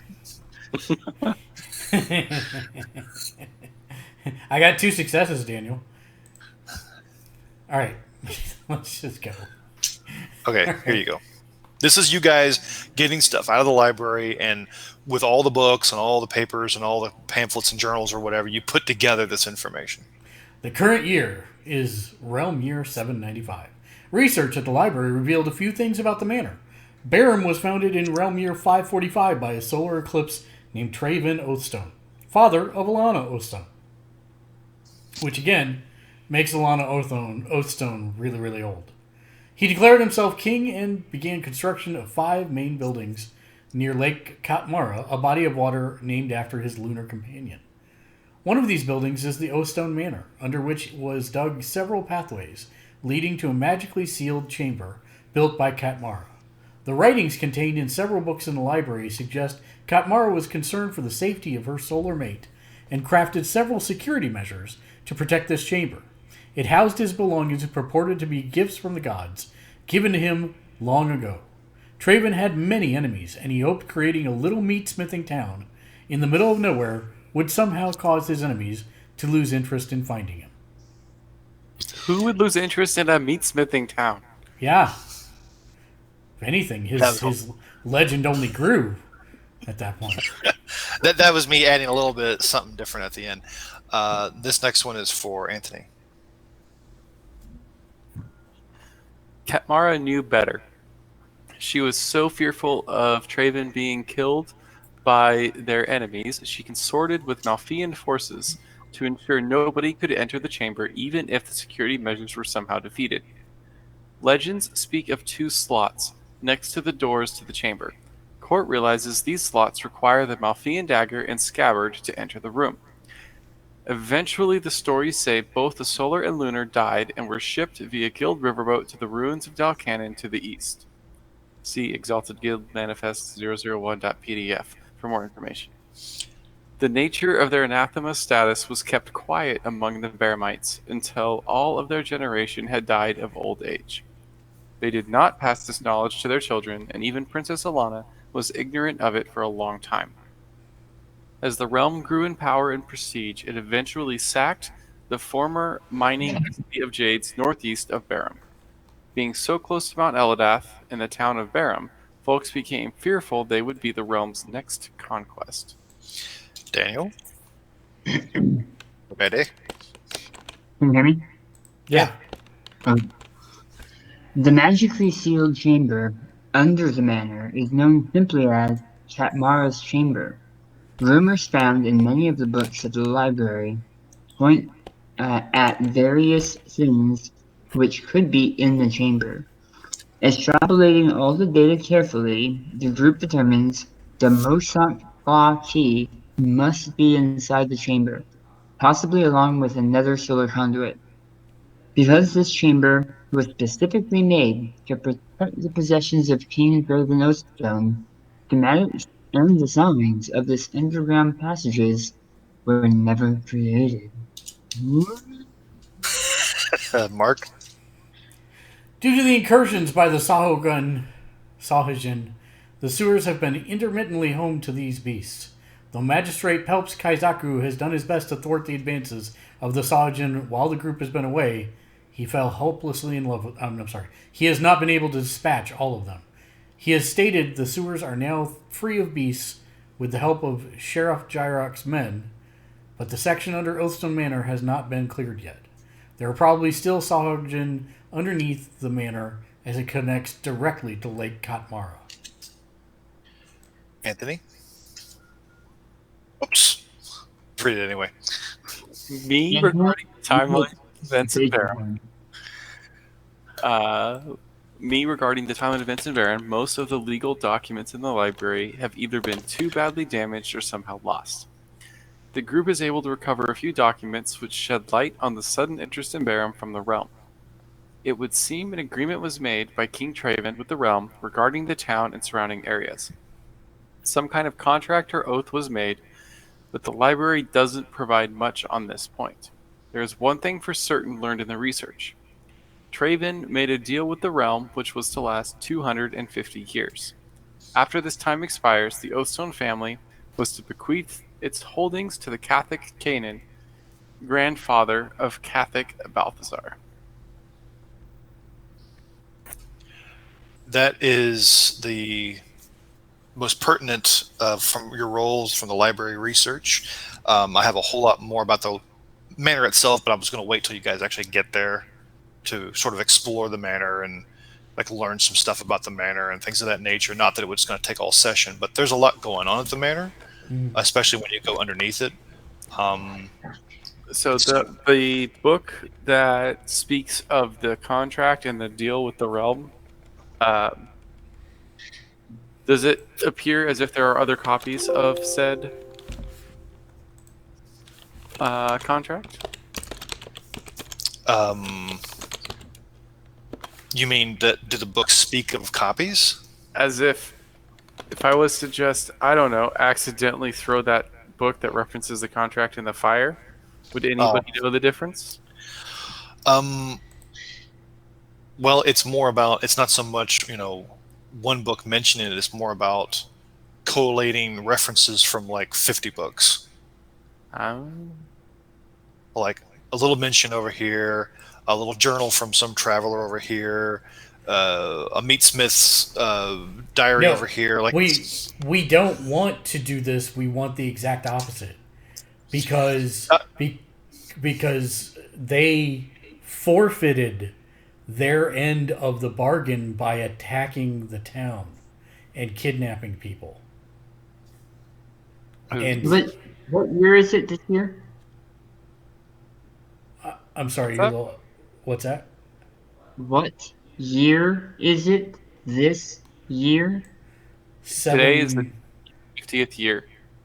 750th year? Today, 250th year. This is the year that the contract says that we should give it over, except that they broke the rules and made a pact with the Minotaur to try and bring ruin to Baron. So we want to make sure that we have proof that there was a contract, because it is now null and void. but as I said to Anthony, though it was fine that you jumped in there, is that it's not one single piece of paper. It's like, here it is, here's the contract with big bold letters at the top. It's you guys kind of got all this information from multiple books in the library that reference it to, you're piecing it together. Right. Because you don't have the physical document. Is there any reference to said contract, if it is a physical contract, where that contract would reside? The contract, since it's bequeathed its holdings to Cathak Canaan, most like by the way, this is just common knowledge. Cathak Canaan is the leader of House Cathak in the realm. Such things are usually kept with one of his family members or his headquarters, some place of importance to the Cathek family. Because I would imagine then in that case, there would be one copy with the Catholics and one copy with the Oathstones. For this exact reason. Assuming said copies have survived the last 250 years. Right. I was fairly certain. Can you guys hear me? Yes. Yes. I was fairly certain that we saw a copy of this Yeah, that's what contract. That's what I'm going back through my notes trying to find right now. Yeah, because when Salet came down, I could have sworn he had a copy himself. Not like the real document, but like a copy of a copy.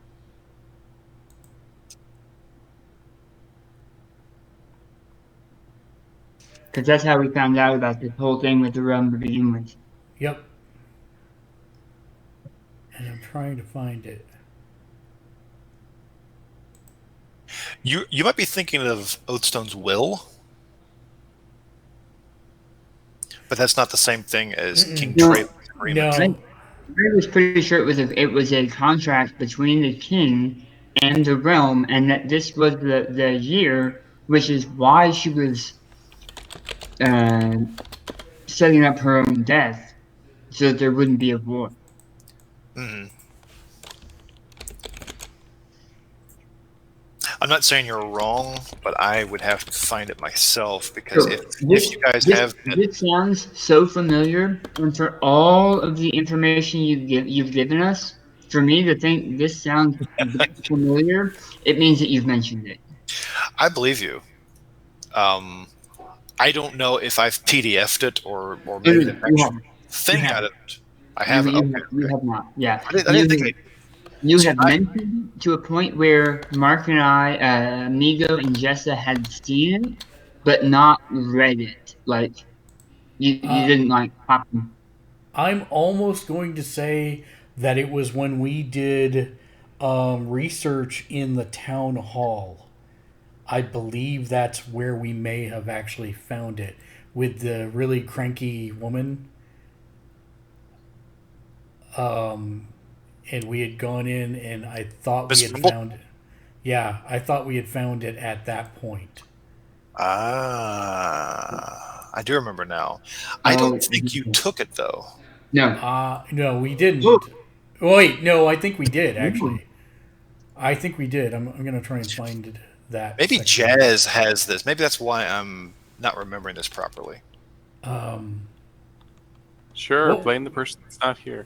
Well, I mean, in which case, that we're just cool. We'll just assume you have everything that she has and be done with it.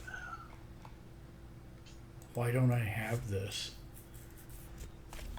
I know what a meticulous record keeper Mark is, and I am impressed with, Daniel, your memory of this, because to me, it felt to me that moment, that when that happened, like it was cool, but you guys were like so focused on something else, you kind of like, you either left it behind, didn't care, or was like, whatever, we'll do it later, and I thought you guys just forgot about it. No, so part of why it made such a difference, because this was before you and I had discussed the whole Jessa Oathstone thing. Right. Part of what made a difference to me was because of the legality of Salet coming in and torturing people from Harem. When that was part of the whole thing to begin with. Yeah. I don't think you guys ever figured out or even asked Salak or whatever the reason why they would break this so soon to the very end of its contract, status of 250 years. Well, I asked him, but then we stabbed him to death, and he didn't really have time to answer. I mean, he could possibly answer now, but it all depends. I guess that's true. Depends on whether you want to RP with him or not. Does Nigo know that? Does Mark know that? Well, Mark, only if Jessa told him. Is he dead? I can see the dead, but that's how we can punch him for it. Good point. Anthony just asked a valid question, though. Anthony sure did.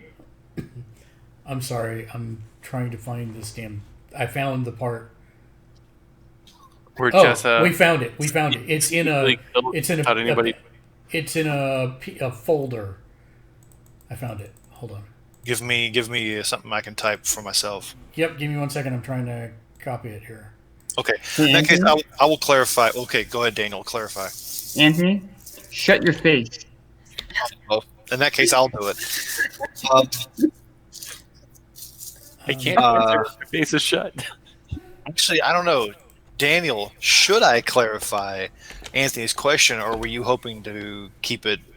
I was hoping to go right past that because I have something I want to talk to you about specifically for something later on that is not having to do with anyone knowing that that's what happened to Sal.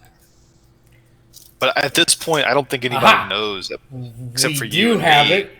It's the official realm missive from the Office of Immaculate Orders, 14th day of Ascending Air, realm year 545. That sounds very official. Did you just make that up? No, it's from the PDF. Yeah. Wait, Fine.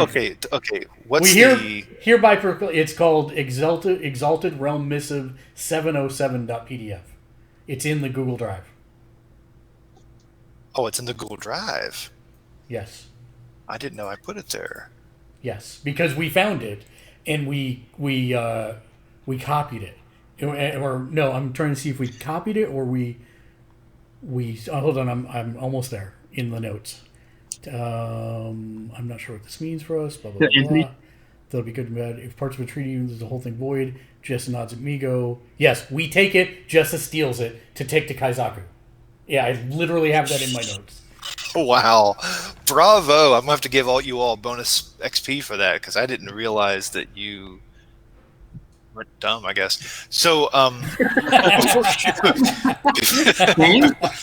Thanks.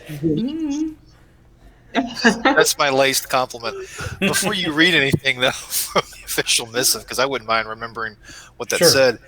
I feel like Daniel, you're about to say something to Anthony. Are you not? Yeah, I was just going to apologize. For what? I don't mean at your face. I just meant you know something that I don't think Mark knows. Or Nito. I'm pretty sure I know lots of things that Mark doesn't know. Okay, here's the thing. You guys have been talking this all time, and all I've heard is bzzz as I've been looking through the notes trying to find this damn thing. So now that I'm done, I'm hearing everything you say, but I have no idea what you said before. Not a single clue what was said. I think I have to apologize to everybody. I think I misspoke and let a cat out of a bag that should still be within a bag. That's all. Yeah, about that thing, but I still don't think Mark heard you. Well, okay, well, no, I might have heard parts of it, and the question I would have is, if he was dead and in Migo's line of sight, then Migo would have seen him, would he not? Only if you activated the... It's always on. No, he's not talking about that charm. Plus, we got to talk about Occult 1, because that's been a thorn in my side for a while, and that needs to get fixed. So that may alter your perceptions. But what I think Daniel's referencing, he's referencing Hidden Essence Revelation, right? What? That's a yes. I think we're getting too deep in the weeds. I don't think it's necessary to continue this line of discussion. Salad did not leave a ghost behind. There you go. There's no ghost of Salak seen. Yes. Cool. Oh. That is good enough. Well, that's bad.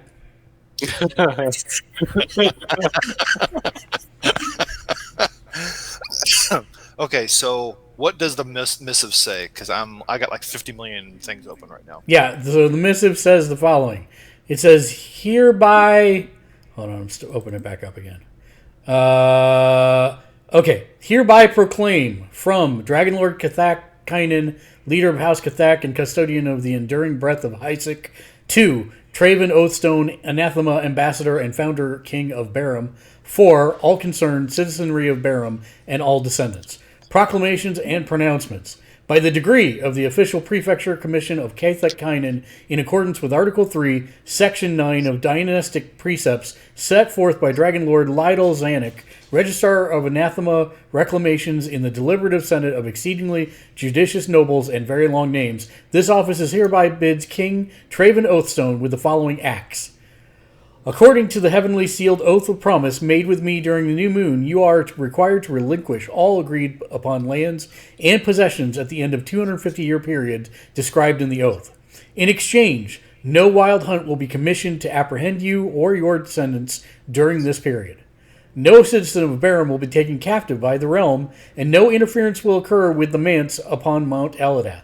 This armistice period will end during the month of resplendent fire in the year 795, according to the fair and precise timepiece of Gataru, the Mankari, god of seasons. My son, Cathak Zalas, or grandson, Cathak Balthazar, will take ownership of the aforementioned property when this period ends. Our signatures must be placed at the bottom of this missive, along with that of a trusted third-party witness. Perform the acts stated below to formalize the agreement. Number 1, activate the Gem of Responsibility. Number 2, record all Oathstone properties on the lines provided, which is Oathstone Manor and 3-acre plot next to Lake Katmara, the 8-square-mile property at the base of Mount Eladath Summit, all other lands, properties owned by Oathstone descendants located elsewhere, recorded in the Oathstone Vault at the Bank of Farhold. Sign the missive below. Place this missive in a protected location in your town. Only allow access by an elected official. Enjoy your status as temporary ally of Halth Cathak and give glory to the Empress. And it's signed by King Traven, the Dragon Lord Cathak Kynan, and Katmara of the Tarogani tribe. And we already gave this to Kaizaku. That's why he was so mad, because basically Balthazar done mucked it up for the realm forever. Right. My false memory was feeling that you had just told him about it and like convinced him or whatever, and that's why he got so pissed. You actually handed it to him because you stole it.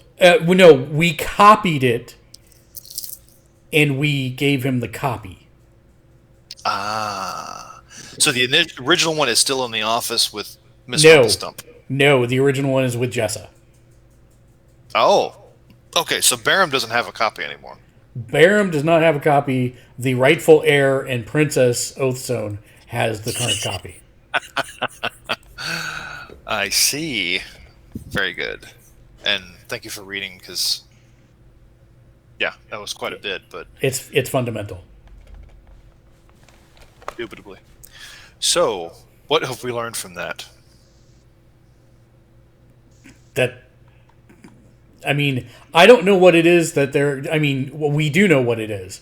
They were trying to take over the town so they could get the key so that they could open the vault with all 4 keys. That's why, that's the only... Yeah, that's the only thing I can think of as to why the Balthazars would have done that. And tried to break the contract. Yes, no, maybe.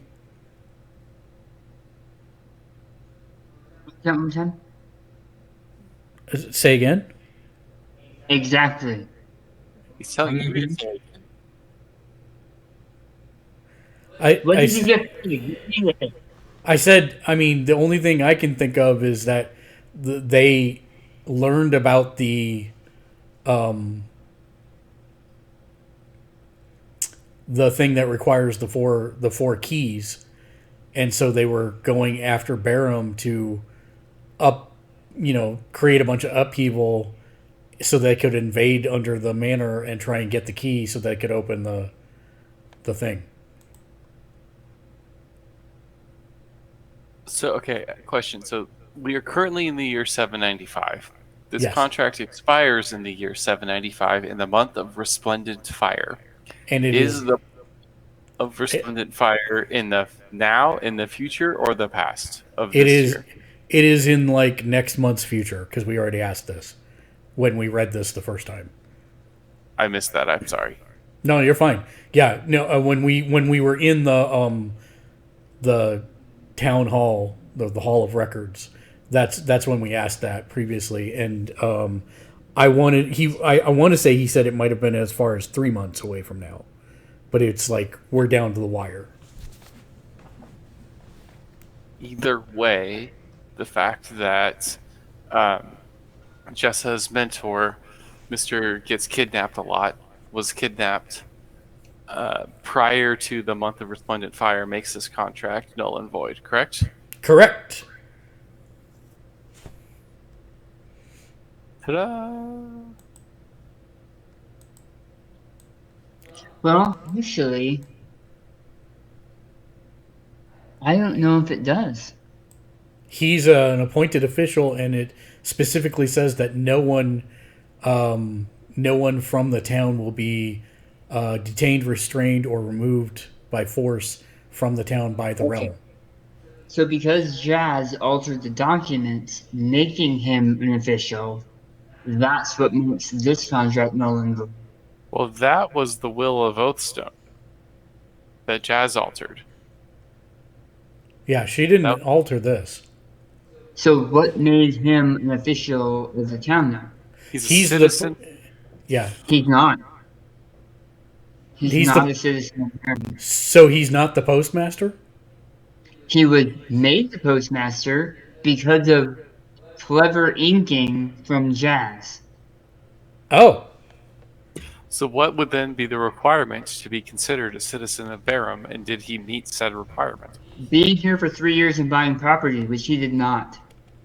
So we are technically, because there are documents that show we're right, that's true. However, in all reality, this man is from the Jades and was kidnapped on the road to Barum. He wasn't even kidnapped within Barum, I don't think, if I'm remembering correctly. No, he was kidnapped from Barum. And then held hostage in Barum also. So I thought he and Jazz were accosted outside Barum, and he took the brunt so that Jazz could get away. Jay? Oh, yeah, my deepest apologies. I had to go get my food. No, you probably missed this entire conversation. He did. I said I'd be right back. I'm sorry. Well, you're right. Okay, no, it doesn't matter. It does not matter. Because they already broke the law by saying no interference will occur with the Mance upon Mount Eladath. The Cathak family specifically hired the Minotaur to muck with the Mance, and we have that in writing. Okay. You have that in writing from, I think, the bandit leader? We have it from Cathak Balthazar himself, actually. Yeah, I thought it was to the leader, but maybe it's something else. I'm not right. No, it was from Balthazar to the leader. Okay, so I'm remembering correctly. So that goes all the way back to like session 2 or 3. Yes. Yeah. Cool. So because there was a discussion about whether or not the realm has actually legally broken the binding stipulations of the contract, and the answer is yes, they did. They have. Like, we can, in good conscience, say that yes, there may have been muckery with Jazz making him the postmaster, but it doesn't matter because they still mucked with the Mance, which breaks the deal. I'm surprised nobody asked me what month it is, since it was mentioned in that. I did, and you told me it was either, I can't remember, it was either going to be next month or it's 3 months from that point in time. As far as the when we actually found the document, I asked you at that point. Oh yeah, so basically, it ends in the month of Resplendent Fire, and you said when is that? I think I said it was next month. Yeah. So, how long ago was that? Also known as, how far away is the month of Resplendent Fire from today? So when it comes to the Resplendent Fire is basically November, and we're coming up on it like in a week. Right. But the point is that we had already taken this to Kaizaku, so it was always already registered as a complaint, and we showed him all our evidence. Yeah, before Resplendent Fire. Yeah. Before Resplendent Fire. So yeah. And that's why he was so pissed, because that basically nullified the contract, and the realm is screwed and can never take this place now. The impetus behind my question before this all started is that I don't think anybody really ever found out exactly why they would break it so close to the end. Well, like why? That's what we were conjecturing on, and while okay. you were gone, and I said the only reason I could figure out is because they found out about the manse that requires the 4 keys, and couldn't wait any longer. I mean, it would still be the smarter play just to wait a couple months, and then you have access to Oathstone Manor already. Yeah. Yeah, but everything they do is a smart play. And there's still 2 other keys to find. Mm-hmm. So to me, they would have just waited. So I don't know if, we found out about the keys and we want them now is a valid reason. There's probably something else behind the scenes. Very I think possible. maybe I asked the question too soon. I don't think I've dropped enough hints for you to know that yet. I think I did with Jazz, but I keep forgetting that knowledge is really not part of the group. So you'll have to just get it some other way, I guess. So I guess in other words, you don't know why, but it doesn't mean you can't find out some other way. So well done getting the missive. And I lost track of where we were. I think we're sitting in the... is just coming back with Migo's sword and shield. Yep. All the replicas? Yeah. They're made of wood, I think? Yeah. Also, or spirit wood. Also, when the master does come back, we were going to ask him about the endless power of bounding tigers.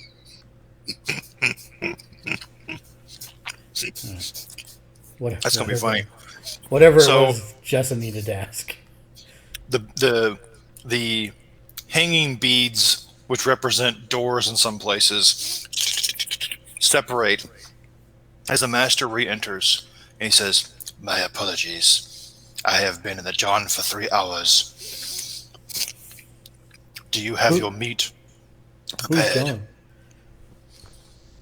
It is a word we use to describe the place where we must be alone to let nature take its course.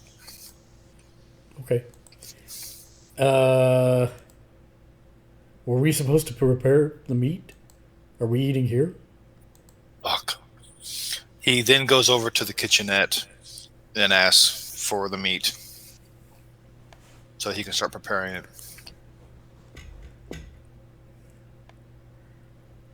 Which apparently nobody gives him, but he looks like he hasn't had meat in a while, and he's eager.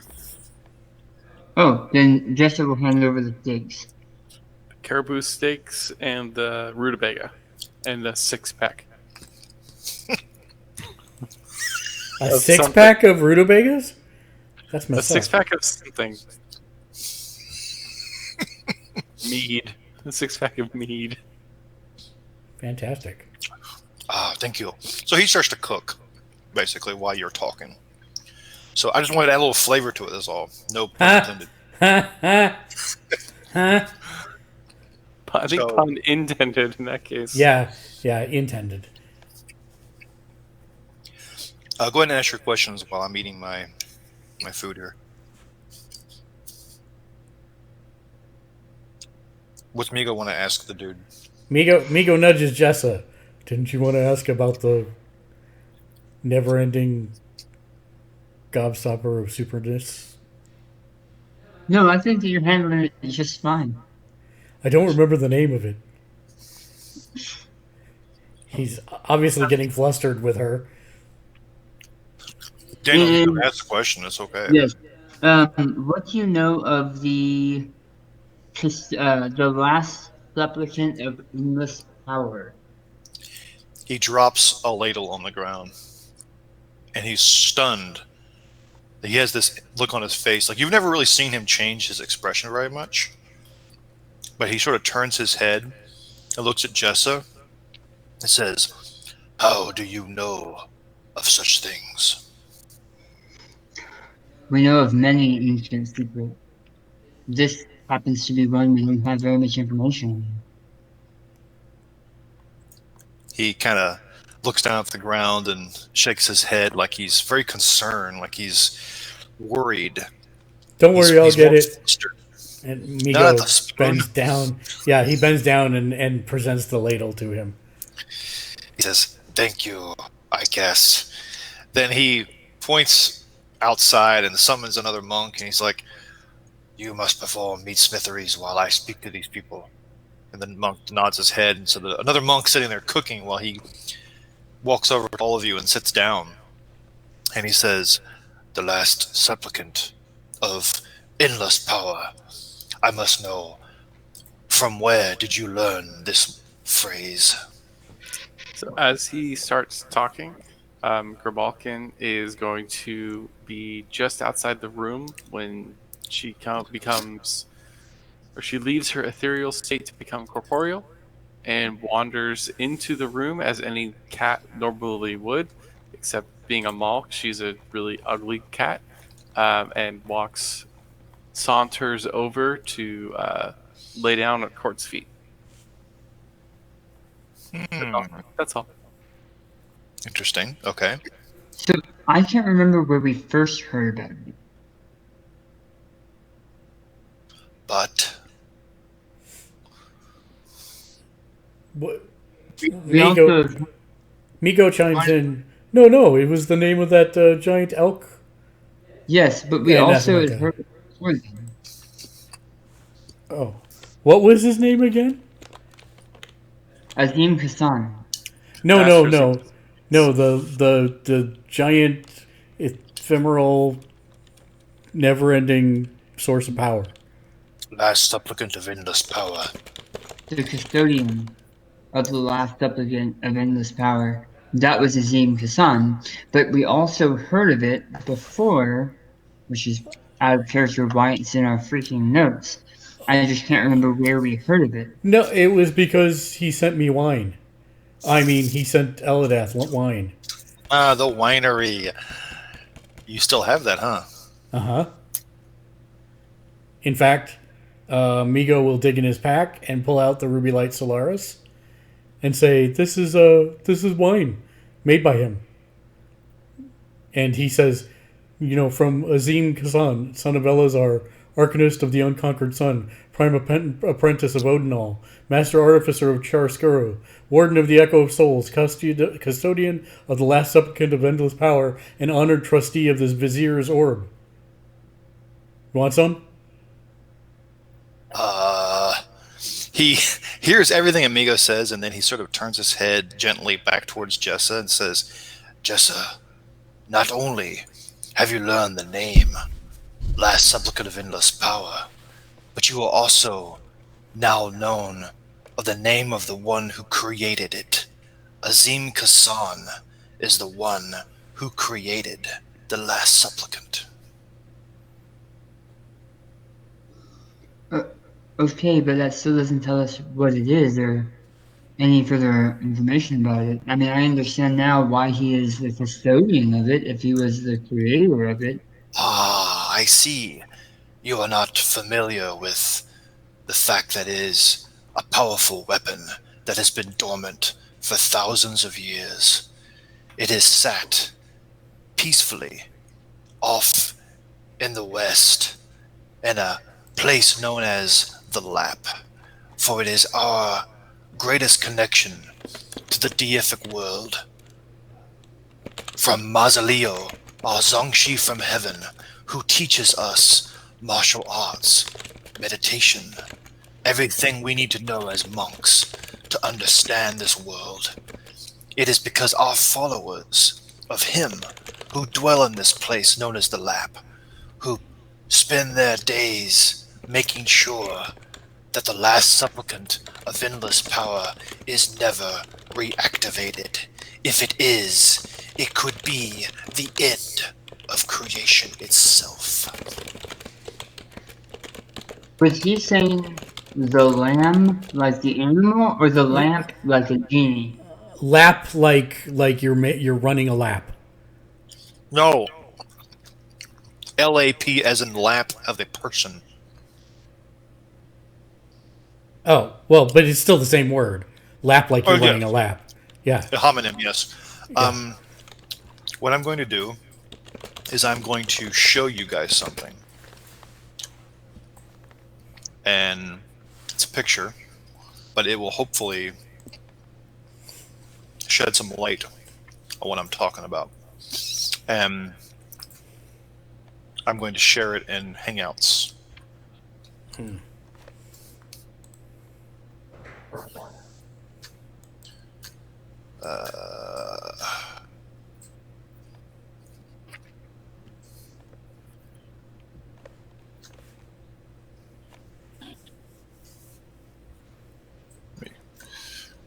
Everybody see this image? Oh, doggone it. No. You see it now? No. Yep. You said it's in Hangouts? You have to click my window in Hangouts in order to see what I'm sharing. Oh, you're share screening it. Okay. I see. Oh, keep talking, Jay. So, the Lap is the name of a city that was created in and around the lap of this gigantic monk that people assume was carved out of the mountain. And you can actually see like farmers down here, like tilling land or whatever. And there's these clouds in the sky.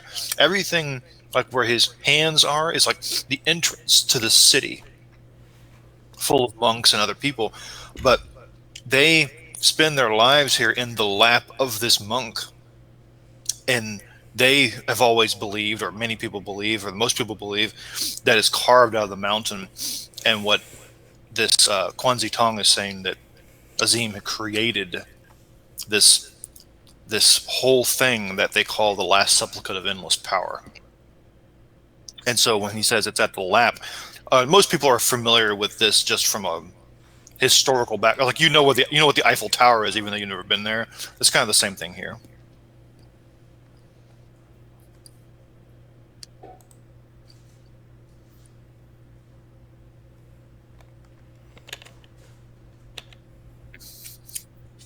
Sorry, I just swallowed that chicken there. So does everybody understand what I'm saying now, or is there still confusion? I'm good. Daniel, I don't know if you were...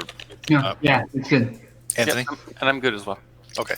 So when Kwanzi Tong says that it's a weapon that the monks have been guarding all this time to make sure it never gets reactivated because, he says it could destroy creation. Now, whether he's exaggerating or not, you don't know, but he considers it to be a weapon of extraordinary power. Wait, does that mean that you are Azim? No, he's saying Azim created it. Yeah, I understand that, but Azim is supposed to be the guardian of this, and it sounds like you are, not him. No, the lap is many, many Frances away. I'm a mere monk in this little town of Barum. Right, Migo starts like making a circle in the air with his hand. But all you monks are the custodian of it now, not Azim. He is the custodian. We are simply watchers. We are simply ones who make sure we keep an eye on things. And I don't assume that you know where Azim is. As far as I know, he was lost centuries ago. Yeah, not so much. All right.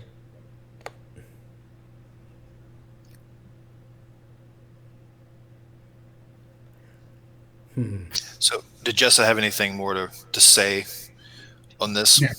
No. Okay. Court? No. Okay. What else was to be asked of him?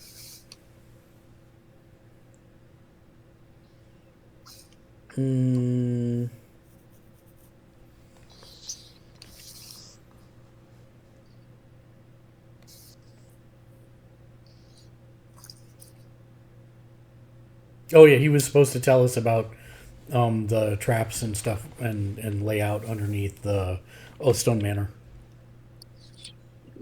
Well, because there were no maps. Yeah, he can't give you a layout, but he explains that when it was designed by King Traven's mate so long ago, before he was even born, because this guy is immortal, mortal.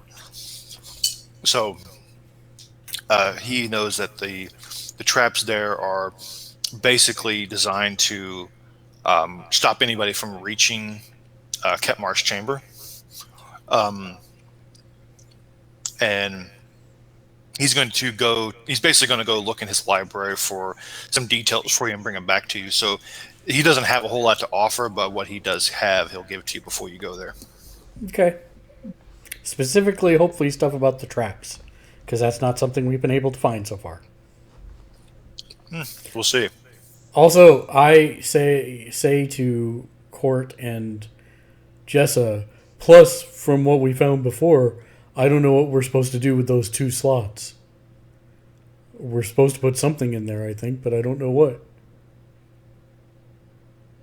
So Court reaches down and pulls the dagger and sheath from his belt, and says that he had a vision with Jazz not too long ago of the 2 of them each placing one of these 2 Malfean artifacts into key slots in a door that would open, and it was a simultaneous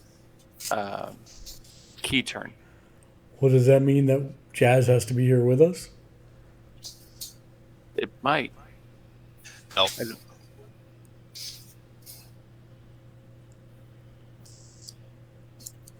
doesn't sound like it would be Jazz specific, but maybe just somebody else. Okay. Maybe it needs to be Jess. We can try. Okay. Well, I mean, her name starts with a J. She's a girl. we can't be beholden to the actions of past players, so we have to transfer that to somebody else, whether it makes sense or not. An heir of the Oathstone Manor. Yep. With that, I know you're going to be talking to Kazaku.